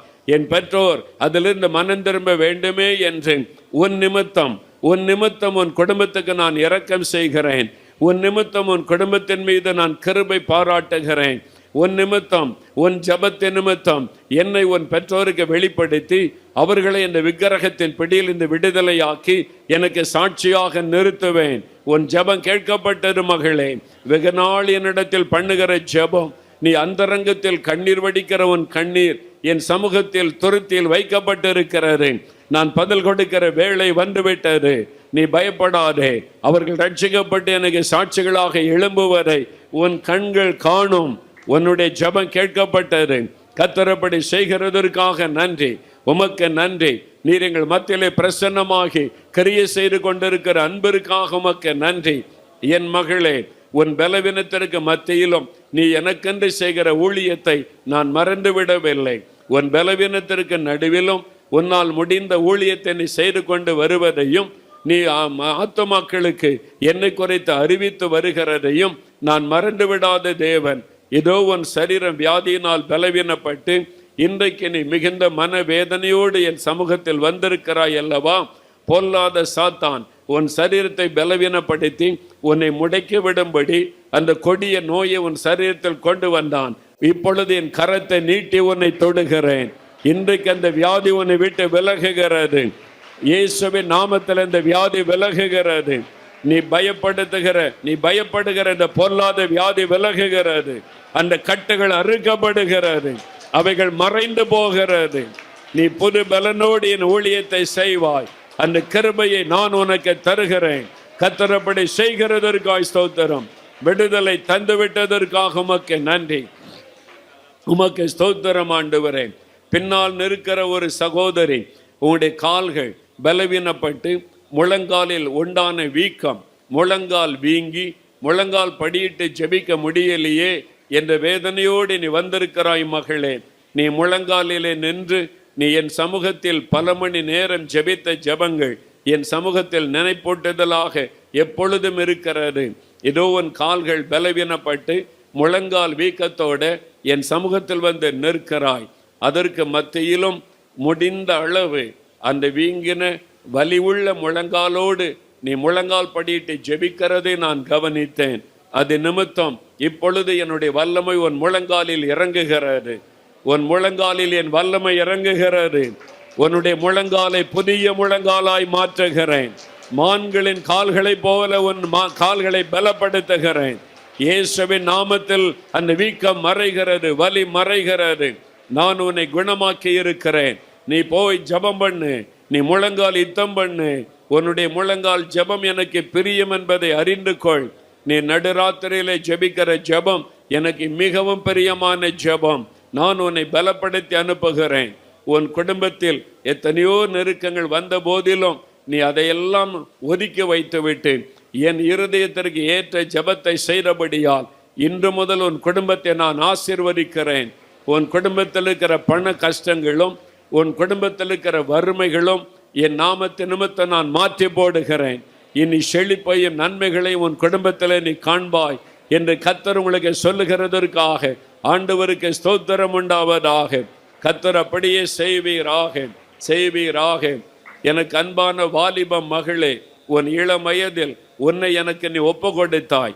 உமக்கு பிரியமானதை தான் நான் செய்வேன் என்று அர்ப்பணித்து கொண்டாய். உன் இளம் வயதின் உடன்படிக்கையை நான் நினைவில் வைத்திருக்கிறேன் மகளே. இந்த நாட்களில் உன்னுடைய ஆசீர்வாதங்கள் தடைப்பட்டு போகிறது என்று உன் பெற்றோர் வேதனைப்பட்டு சொல்லுகிற வார்த்தை உனக்குள்ளே மன சோர்வையும் மன மடிவையும் கொண்டு வருகிறதல்லவா? நீ கலங்காதே. நானே தடைப்படுத்தினேன். அந்த நன்மைகளை நானே தடைப்படுத்தினேன் என்பதை அறிந்து கொள். உனக்கு மேன்மையான ஆசீர்வாதத்தை நான் வைத்திருக்கிறேன். நலமானதை உனக்கு செய்யும்படி தவறான காரியத்தை நான் தடைப்படுத்தினேன். நான் உன்னை ஆசீர்வதித்து உன்னை மேன்மைப்படுத்தி உன் பெயரை நான் பெருமைப்படுத்தி கனப்படுத்துவேன். உன்னுடைய ஆசீர்வாதம் வந்து கொண்டிருக்கிறது. நான் உனக்கு பெஸ்டானதை வாய்க்க பண்ணி ஆசீர்வாதமான வாழ்க்கை அமைத்து தருவதை கண்டு இன்றைக்கு உன்னை அற்பமாக எண்ணுகிறவர்களும் பரிகாசம் பண்ணுகிறவர்கள் வெட்கப்பட்டு போகும்படி அவருடைய கண்களுக்கு முன்பாக உன்னை மேன்மையாக வைப்பேன். நான் உன்னை கவனித்து கொண்டிருக்கிற கர்த்தர், உன் இருதயத்தை அறிந்திருக்கிற கர்த்தர், நான் உன்னை ஆசீர்வதிக்கிறேன். என்னைத்தானோ என்று எண்ணுகிறாய் அல்லவா? நீதான் வாலிப மகளே, அடிக்கடி உனக்கு ஒரு தலை வலி வருகிறது. அது ஒரு பக்கமாக இந்த வலி உண்டாகி உன்னை வேதனைப்படுத்துகிறது அல்லவா? அதற்கு அடையாளமாய் என்னுடைய வல்லமையினாலே அந்த தலைவலியை நான் எடுத்து போடுகிறேன். இன்று கூட அந்த தலைவலி உன்னை விட்டு விலகுகிறது. இனி உன் வாழ்க்கையிலே சுகத்தையும் நன்மைகளை நீ காண்பாய் என்று கர்த்தர் உனக்கு சொல்லுகிறார். கர்த்தர் அப்படி செய்கிறதற்காக உமக்கு நன்றி, உமக்கு நன்றி ஆண்டவரே, உமக்கு நன்றி. எனக்கு அன்பான வாலிப மகனே, நீ எனக்கு ஆண்டவர் ஒரு வேலை கொடுத்து என்னை உயர்த்தினால் நான் அவருக்கு ஊழியம் செய்வேன், அவருக்கு குறித்து மற்றவர்களுக்கு அறிவிப்பேன் என்று உன்னை பொருத்தனை பண்ணி நீ ஜெபம் பண்ணி கொண்டிருக்கிறாய் அல்லவா? உன் ஜெபம் என் சமூகத்தில் வந்திருக்கிறது. ஆனால் நான் உனக்கு சொல்லுகிறேன், முதலாவது நீ என் ஊழியத்தை செய், முதலாவது என் சுவிசேஷத்தை மற்றவர்களுக்கு சொல். அப்பொழுது நான் உனக்கு மேன்மையானதை கொடுத்து ஆசீர்வதித்து உயர்த்துவேன் என்று உனக்கு வாக்கு கொடுக்கிறேன். நீ எனக்கென்று முதலாவது அடியை எடுத்து வை, அப்பொழுது நான் உனக்கு மேன்மையான வேலையை கொடுத்து உன்னை ஆசீர்வதித்த உயர்ந்த ஸ்தானத்தில் வைப்பேன் என்று கர்த்தர் உனக்கு வாக்கு கொடுக்கிறார். முதலாவது ஊழியத்தை செய்ய ஆரம்பித்து விடு மகனே. கர்த்தர் அப்படி செய்கிறதற்காக உமக்கு நன்றி, உமக்கு ஸ்தோத்திரம் ஆண்டவரே, உமக்கு ஸ்தோத்திரம் அப்பா, உமக்கு நன்றி. இந்த இடத்தில் ஒரு சகோதரி உன் பிள்ளைகளோடு நீ என் சமூகத்தில் வந்திருக்கிறாய் மகளே. உன் கணவரை தவிர உன் பிள்ளைகளோடு என் சமூகத்தில் வந்திருக்கிறாய். எத்தனையோ நெருக்கங்கள் பாடுகளை சகித்து சகித்து நீ என்னை பின்பற்றி வருகிறதை நான் அறிந்திருக்கிறேன். ஏன் என் குடும்பம் இப்படி இருக்கிறது? ஒரு நிம்மதியும் இல்லை, ஒரு ஆசீர்வாதமும் இல்லை, என் கணவரும் இப்படி இருக்கிறார் என்று அடிக்கடி நீ மனம் நொந்து என் சமூகத்தில் வடிக்கிற கண்ணீர் என் சமூகத்தில் இருக்கிறது மகளே. நான் அதை கண்டேன். சாபம், உன்னுடைய முன்னோருடைய பாவத்தினால் உண்டான சாபம் உன் குடும்பத்தை தொடர்ந்து வருகிறது என்பதை நீ அறிந்து கொள். உன் கரத்தை உயர்த்தி இயேசுவின் இரத்தத்தினால் இந்த சாப கட்டுகள் அறுக்கப்படட்டும் என்று நீ வேண்டிக்கொள். நீ வேண்டிக் கொள்ளும் பொழுது உன் குடும்பத்தின் மீது இருக்கிற சாப கட்டுகள் அறுக்கப்படும். உன்னுடைய குடும்பத்திலே நீ நன்மையும் ஆசீர்வாதமும் உண்டாவதை நீ காண்பாய். உன் கணவருடைய ரட்சிப்புக்கு தடையாயிருக்கிற அந்த விக்கிரக ஆவியனுடைய சாப கட்டுகள் அறுக்கப்படும். அவருடைய மனக்கண் திறக்கப்படும். நீ ஆசீர்வாதமாயிருப்பாய், உன் பிள்ளைகள் ஆசீர்வாதமாயிருப்பார்கள். இத்தனை பாடுகளிலும் என் சமூகத்தை நீ தவறாமல் தேடி வந்தபடியால் நான் உன்னை ஆசீர்வதித்து உன் குடும்பத்தை மேன்மையாக வைப்பேன் என்பதை அறிந்து கொள் என்று கர்த்தர் உங்களுக்கு சொல்லுகிறார். ஆண்டவரை துதித்து மகிமைப்படுத்துங்கள். கர்த்தர் அப்படியே அந்த குடும்பத்தை நீர் ஆசீர்வதியும், ஆசீர்வதியும். எதை எடுத்தாலும் தோல்வி, எதை எடுத்தாலும் ஏமாற்றம் என்று இழப்புகளுக்கு மத்தியில் வந்திருக்கிற என் அன்பு மகனே, நீ என்னை நேசிக்கிறது உண்மைதான், என் மேல விசுவாசம் வைத்திருக்கிறது உண்மைதான், நீ ஜெபித்து ஜெபித்து காரியங்களை செய்வதும் உண்மைதான். ஆனாலும் ஒரு நன்மையும் இல்லை, ஆனாலும் தடைகளும் ஆசீர்வாத குறைவுகளுமே காணப்படுகிறது, இழப்புகளே காணப்படுகிறது என்று இழந்து போன நிலைமையில் என் சமூகத்தில் நீ வந்திருக்கிறாய். நீ விரும்புகிறதை செய்து என்னை ஆசீர்வதிக்கும்படி வேண்டிக் கொண்டாய். ஆனால் நான் விரும்புகிறது என் சித்தத்தை நிறைவேற்ற உன் அர்ப்பணித்துக்கொள். நீ என் சமூகத்தில் காத்திருக்கும் பொழுது நீ என்ன மாதிரி தொழில் செய்ய வேண்டும், நீ என்ன மாதிரி காரியத்தை நடப்பிக்க வேண்டும், நான் உனக்கு வைத்திருக்கிற திட்டம் இன்னது என்பதை நானே உனக்கு காண்பிப்பேன். அதனால பழையவைகளை மறந்துவிடு, முந்தினவைகள் இனிமேல் உனக்கு வேண்டாம். நான் உனக்கு புதிய ஆசீர்வாதத்தை வைத்திருக்கிறேன். புதிய வழிகளை திறந்து புதுவிதமாய் உன்னை ஆசீர்வதித்து வழி நடத்துவேன். உன் வழிகளை எனக்கு ஒப்புக்கொடு, என் சித்தத்தை அறிந்து கொள்ள அர்ப்பணித்துக்கொள். நான் சீக்கிரத்தில் காரியங்களை மாற்றி தருவேன் என்று நான் உனக்கு வாக்கு கொடுக்கிறேன் என்று கர்த்தர் உங்களுக்கு சொல்லுகிறார். கர்த்தர் அப்படி செய்கிறதற்காக உமக்கு நன்றி, உம்முடைய பிரசன்னத்திற்காக நன்றி. அல்லேலூயா, உமக்கு நன்றி. என் மகளே, வீடு பாதியிலே நிற்கிறதே, அவமானத்துக்கு நடுவில் இருக்கிறோமே, வீட்டை கட்டி முடிக்கவில்லையே, எல்லாரும் கேள்வி எழுப்புகிறார்களே, அவமானமும் நிந்தையும் சூழ்ந்திருக்கிறதே என்று என் சமூகத்திலே மனம் கலங்கி வந்திருக்கிற மகளே, உன் ஜெபம் கேட்கப்பட்டது. இன்றைக்கு என் சித்தத்தை நிறைவேற்ற உன் அர்ப்பணித்து கொண்டபடியால் தடைகளை நான் மாற்றுகிறேன். காரியங்கள் வாய்க்கிறது. நானே அதை ஆசீர்வாதமாய் முடித்து தருவேன்.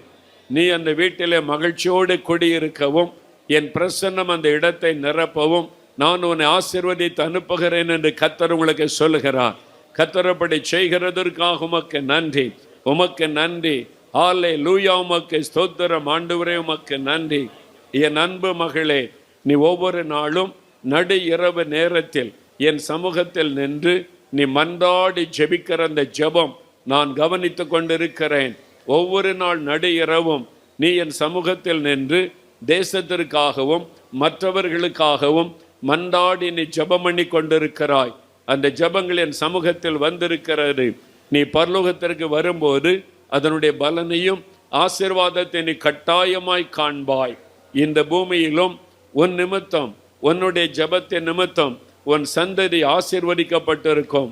உன் பிள்ளைகளுடைய வாழ்க்கை செழிப்பாகவும் உயர்வாகவும் மேன்மையாகவும் இருப்பதை நீ காண்பாய். அநேகர் கண்டு ஆச்சரியப்பட்டு இவர்களுக்கு இந்த ஆசீர்வாதம் எப்படி வந்தது, எப்படி இவர்கள் உயர்த்தப்பட்டார்கள் என்று உன் உறவினர்களை ஆச்சரியத்தோடு நோக்கி பார்ப்பார்கள். அதனுடைய காரியம் உன்னுடைய வேண்டுதல், உன்னுடைய கண்ணீரின் ஜெபம். நீ இரவு நேரத்தில் வடித்த கண்ணீர் எனக்கு பிரியமானபடியால் நான் உன் சந்ததிக்கு அந்த ஆசீர்வாதத்தை வாக்கு பண்ணுகிறேன் என்று கர்த்தர் உங்களுக்கு சொல்லுகிறார். ஆண்டவர் அப்படி செய்கிறதற்காக உமக்கு நன்றி. நன்றி ஆண்டவரே, உமக்கு நன்றி. இப்பொழுது அவருடைய கரம் நீட்டப்பட்டிருக்கிறாரு. வியாதிப்பட்டவளை தொடும்படி, வியாதிப்பட்டவளை தொடும்படி இயேசுவின் கரம் நீட்டப்பட்டிருக்கிறது. ஆனால் நீங்கள் தான் கேட்டு பெற்றுக்கொள்ள வேண்டும். இயேசு சொல்லுகிறார், என் பிள்ளைகள் கேட்கிற சுகத்தை நான் தருகிறேன், என் பிள்ளைகள் வேண்டிக் கொள்ளுகிற விடுதலை நான் தருகிறேன். வியாதி உள்ள இடத்துல கை வைத்து நீங்களே ஜெபம் பண்ணுங்க. உங்க கண்ணுக்காக ஜெபிங்க. உங்க கண்ணுக்குள்ள கர்த்தருடைய வெளிச்சம் வருகிறாரு. சகோதரி, வாலிப மகளே, பாதிக்கப்பட்டு கண் பாதிக்கப்பட்டு வந்திருக்கிற வாலிப மகளே, உன் கண்ணில் கை வைத்து நீ கேள். இயேசு உன்னை தொடுகிறார். நீ கேட்டாதான் உனக்கு அற்புதம் செய்வேன் என்று சொல்லுகிறார். என் கண்களை தொடுமாண்டவரே என்று கேள். இப்பொழுது ஜெபம் கேட்கப்படுகிறது, கேட்கப்படுகிறது, கேட்கப்படுகிறது. கர்ப்பப்பையில பிரச்சனை, ஐயோ கர்ப்பப்பையை எடுக்க வேண்டும் என்று சொல்லுகிறார்கள் என்று பயத்தோடு வந்திருக்கிற மகளே, எனக்கு ஆபரேஷன் வேண்டாம் என்று நினைக்கிறீங்க, கை வைத்து ஜெபம் பண்ணுங்க, ஜெபம் பண்ணுங்க. இயேசுவின் நாமத்தில் ஜெபிங்க. ஆண்டவருடைய சுகமளிக்கிற வல்லமை கர்ப்பப்பையில் இறங்குகிறது. இனி அதில் ஒரு அற்புத சுகத்தை ஆண்டவர் கட்டளை இடுகிறார். ஆண்டவருக்கு நன்றி. அல்சர் வியாதியினால, குடல் பொண்ணினால பாதிக்கப்பட்டு வந்திருக்கிற சகோதரனை வயிற்றுல கை வைத்து இயேசுவின் நாமத்தில் ஜெபம் பண்ணுங்க. ஜெபம் நீங்க கேளுங்க. உங்க ஜெபத்துக்கு தான் ஆண்டவர் பதில் தருவேன் என்று சொல்லுகிறார். இயேசுவின் நாமத்தில் சுகம் உண்டாகட்டும்னு கேளுங்க. இப்பொழுது சுகத்தை பெற்றுக்கொள்ளுகிறீங்க. ஹல்லேலூயா. ஒரு முறை ஹார்ட் அட்டாக் வந்ததுனால மரண பயத்தோடு வந்திருக்கிற சகோதரனை, ஏற்கனவே ஹார்ட் அட்டாக் வந்து விட்டாரு, மரண பயம் உங்களை சூழ்ந்திருக்கிறாரு. இருதயத்துல கை வைத்து ஜெபம் பண்ணுங்க. இயேசு புது இருதயத்தை தருகிறார். நீங்களே கேளுங்க. புது இருதயம் தாரும். இயேசுவின் நாமத்தில் ஆண்டவர் அற்புதம் செய்கிறார். ஆண்டவருக்கு நன்றி, நன்றி. ஒரு வாலிப மகள், சரும வியாதி, சருமம், தோல் வியாதி, ஸ்கின் டிசீஸ், அது உன்னை பாதித்து உன் சரீரம் முழுவதும் பரவிக்கொண்டே வருகிறாரு. நீ மிகுந்த கலக்கத்தோடு வந்திருக்கிறாய். உன் இருதயத்தில் கை வைத்து ஜெபம் பண்ணு. என்னை உமக்கு ஒப்பு கொடுக்கிறேன். இயேசுவே, என் சரீரத்தை உமக்கு ஜீவ பலியாய் ஒப்பு கொடுக்கிறேன். இந்த சர்ம வியாதி விலகட்டும். நீ சொல், நீ ஒப்பு கொடு. இன்றைக்கோடு இந்த நோய் மறைந்து விடும். ஆண்டவருடைய தழும்புள்ள கரம் நீட்டப்பட்டு விட்டது மகளே. கர்த்தருடைய கரம் தொடுகிறதற்காய் நன்றி. ஹல்லேலூயா, உமக்கு நன்றி. அநேகர மீது ஆண்டவருடைய தழும்புள்ள கரம் வைக்கப்படுகிறது. உங்களுடைய ஜெபம் கேட்கப்படுகிறது. நீங்கள் ஜெபிக்க ஜெபிக்க விடுதலை உண்டாகிறது. இயேசுவின் நாமத்தில் விடுதலை. ஹல்லேலூயா, உமக்கு நன்றி. எல்லாரும் வலதுகரம் உயர்த்துவோம். சிலரை பொல்லாத ஆவி உங்களை சோர்ந்து போக பண்ணுகிறது. சிலரை பயத்தின் ஆவி உங்களை தாக்கி வேதனைப்படுத்துகிறது. சிலருக்குள்ளே மரண பயத்தை கொண்டு வருகிற ஆவி உங்களை மரண பயத்தில் கலங்க பண்ணுகிறாரு. ஒரு சில குடும்பங்கள் மந்திர பில்லிசுனி ஆவியினால் பாதிக்கப்பட்டு நெருக்கத்துக்கு நடுவில் வந்திருக்கிறீங்க. ஆண்டவர் சொல்லுகிறார், இது என் பிள்ளைகளுக்கு ஒரு விடுதலையின் நாள். அந்த பொல்லாத சாத்தானின் மீது என்னுடைய அக்னியை நான் அனுப்புகிறேன் என்று ஆண்டவர் சொல்லுகிறார். அப்படியே ஸ்தோத்திரம் பண்ணுங்க. இப்பொழுது விடுதலை, விடுதலை. பயத்தின் ஆவிகள் இயேசுவின் நாமத்தில் விலகுவதாக. மரண பயத்தை கொண்டு வருகிற ஆவிகளை கடிந்து கொள்ளுகிறோம் இயேசுவின் நாமத்தில். தற்கொலை தோண்டுகிற ஆவிகள் விலகுவதாக. இப்பொழுது நோய்களை கொண்டு வருகிற ஆவிகள், அந்த பில்லிசனிய மந்திர வல்லமைகள் இயேசுவின் நாமத்தில் எரிந்து போவதாக. தகடுகள் எரிந்து போவதாக. குடும்பங்கள் விடுதலை அடைவதாக. இன்று முதல் வீட்டுக்குள்ளே மாற்றம் உண்டாவதாக. விடுதலை கொடுத்த ஆண்டவருக்கு ஸ்தோத்திரம், கர்த்தருக்கு ஸ்தோத்திரம், ஸ்தோத்திரம், ஸ்தோத்திரம். எல்லாரும் கரம் உயர்த்தி ஆண்டவரை ஸ்தோத்திரம் பண்ணுங்க. Thank you Lord. மனதார நாங்கள் உம்மை துதிக்கிறோம். தேவனே, நீரே உம்முடைய பிள்ளைகள் மத்தியில் இறங்கி வந்து உம்முடைய பிள்ளைகளை ஆசீர்வதித்து கொண்டிருக்கிறேன். உம்முடைய வருகைக்கு ஆயத்தப்படுத்தி கொண்டிருக்கிறேன். ஒவ்வொருவருக்கு சுகம் கொடுத்து கொண்டிருக்கிறேன். உமக்கே மகிமை செலுத்துகிறோம். உமக்கே மகிமை அப்பா. தகப்பனே, நான் அப்பிரயோஜனமான ஊழியக்காரன், கடமையை மாத்திரம் செய்தேன். உமக்கே எல்லா மகிமை செலுத்துகிறோம். நீரே மகிமைப்படுவீராக. இயேசு கிறிஸ்துவின் நாமத்தில் ஜெபிக்கிறோம் பிதாவே, ஆமென்.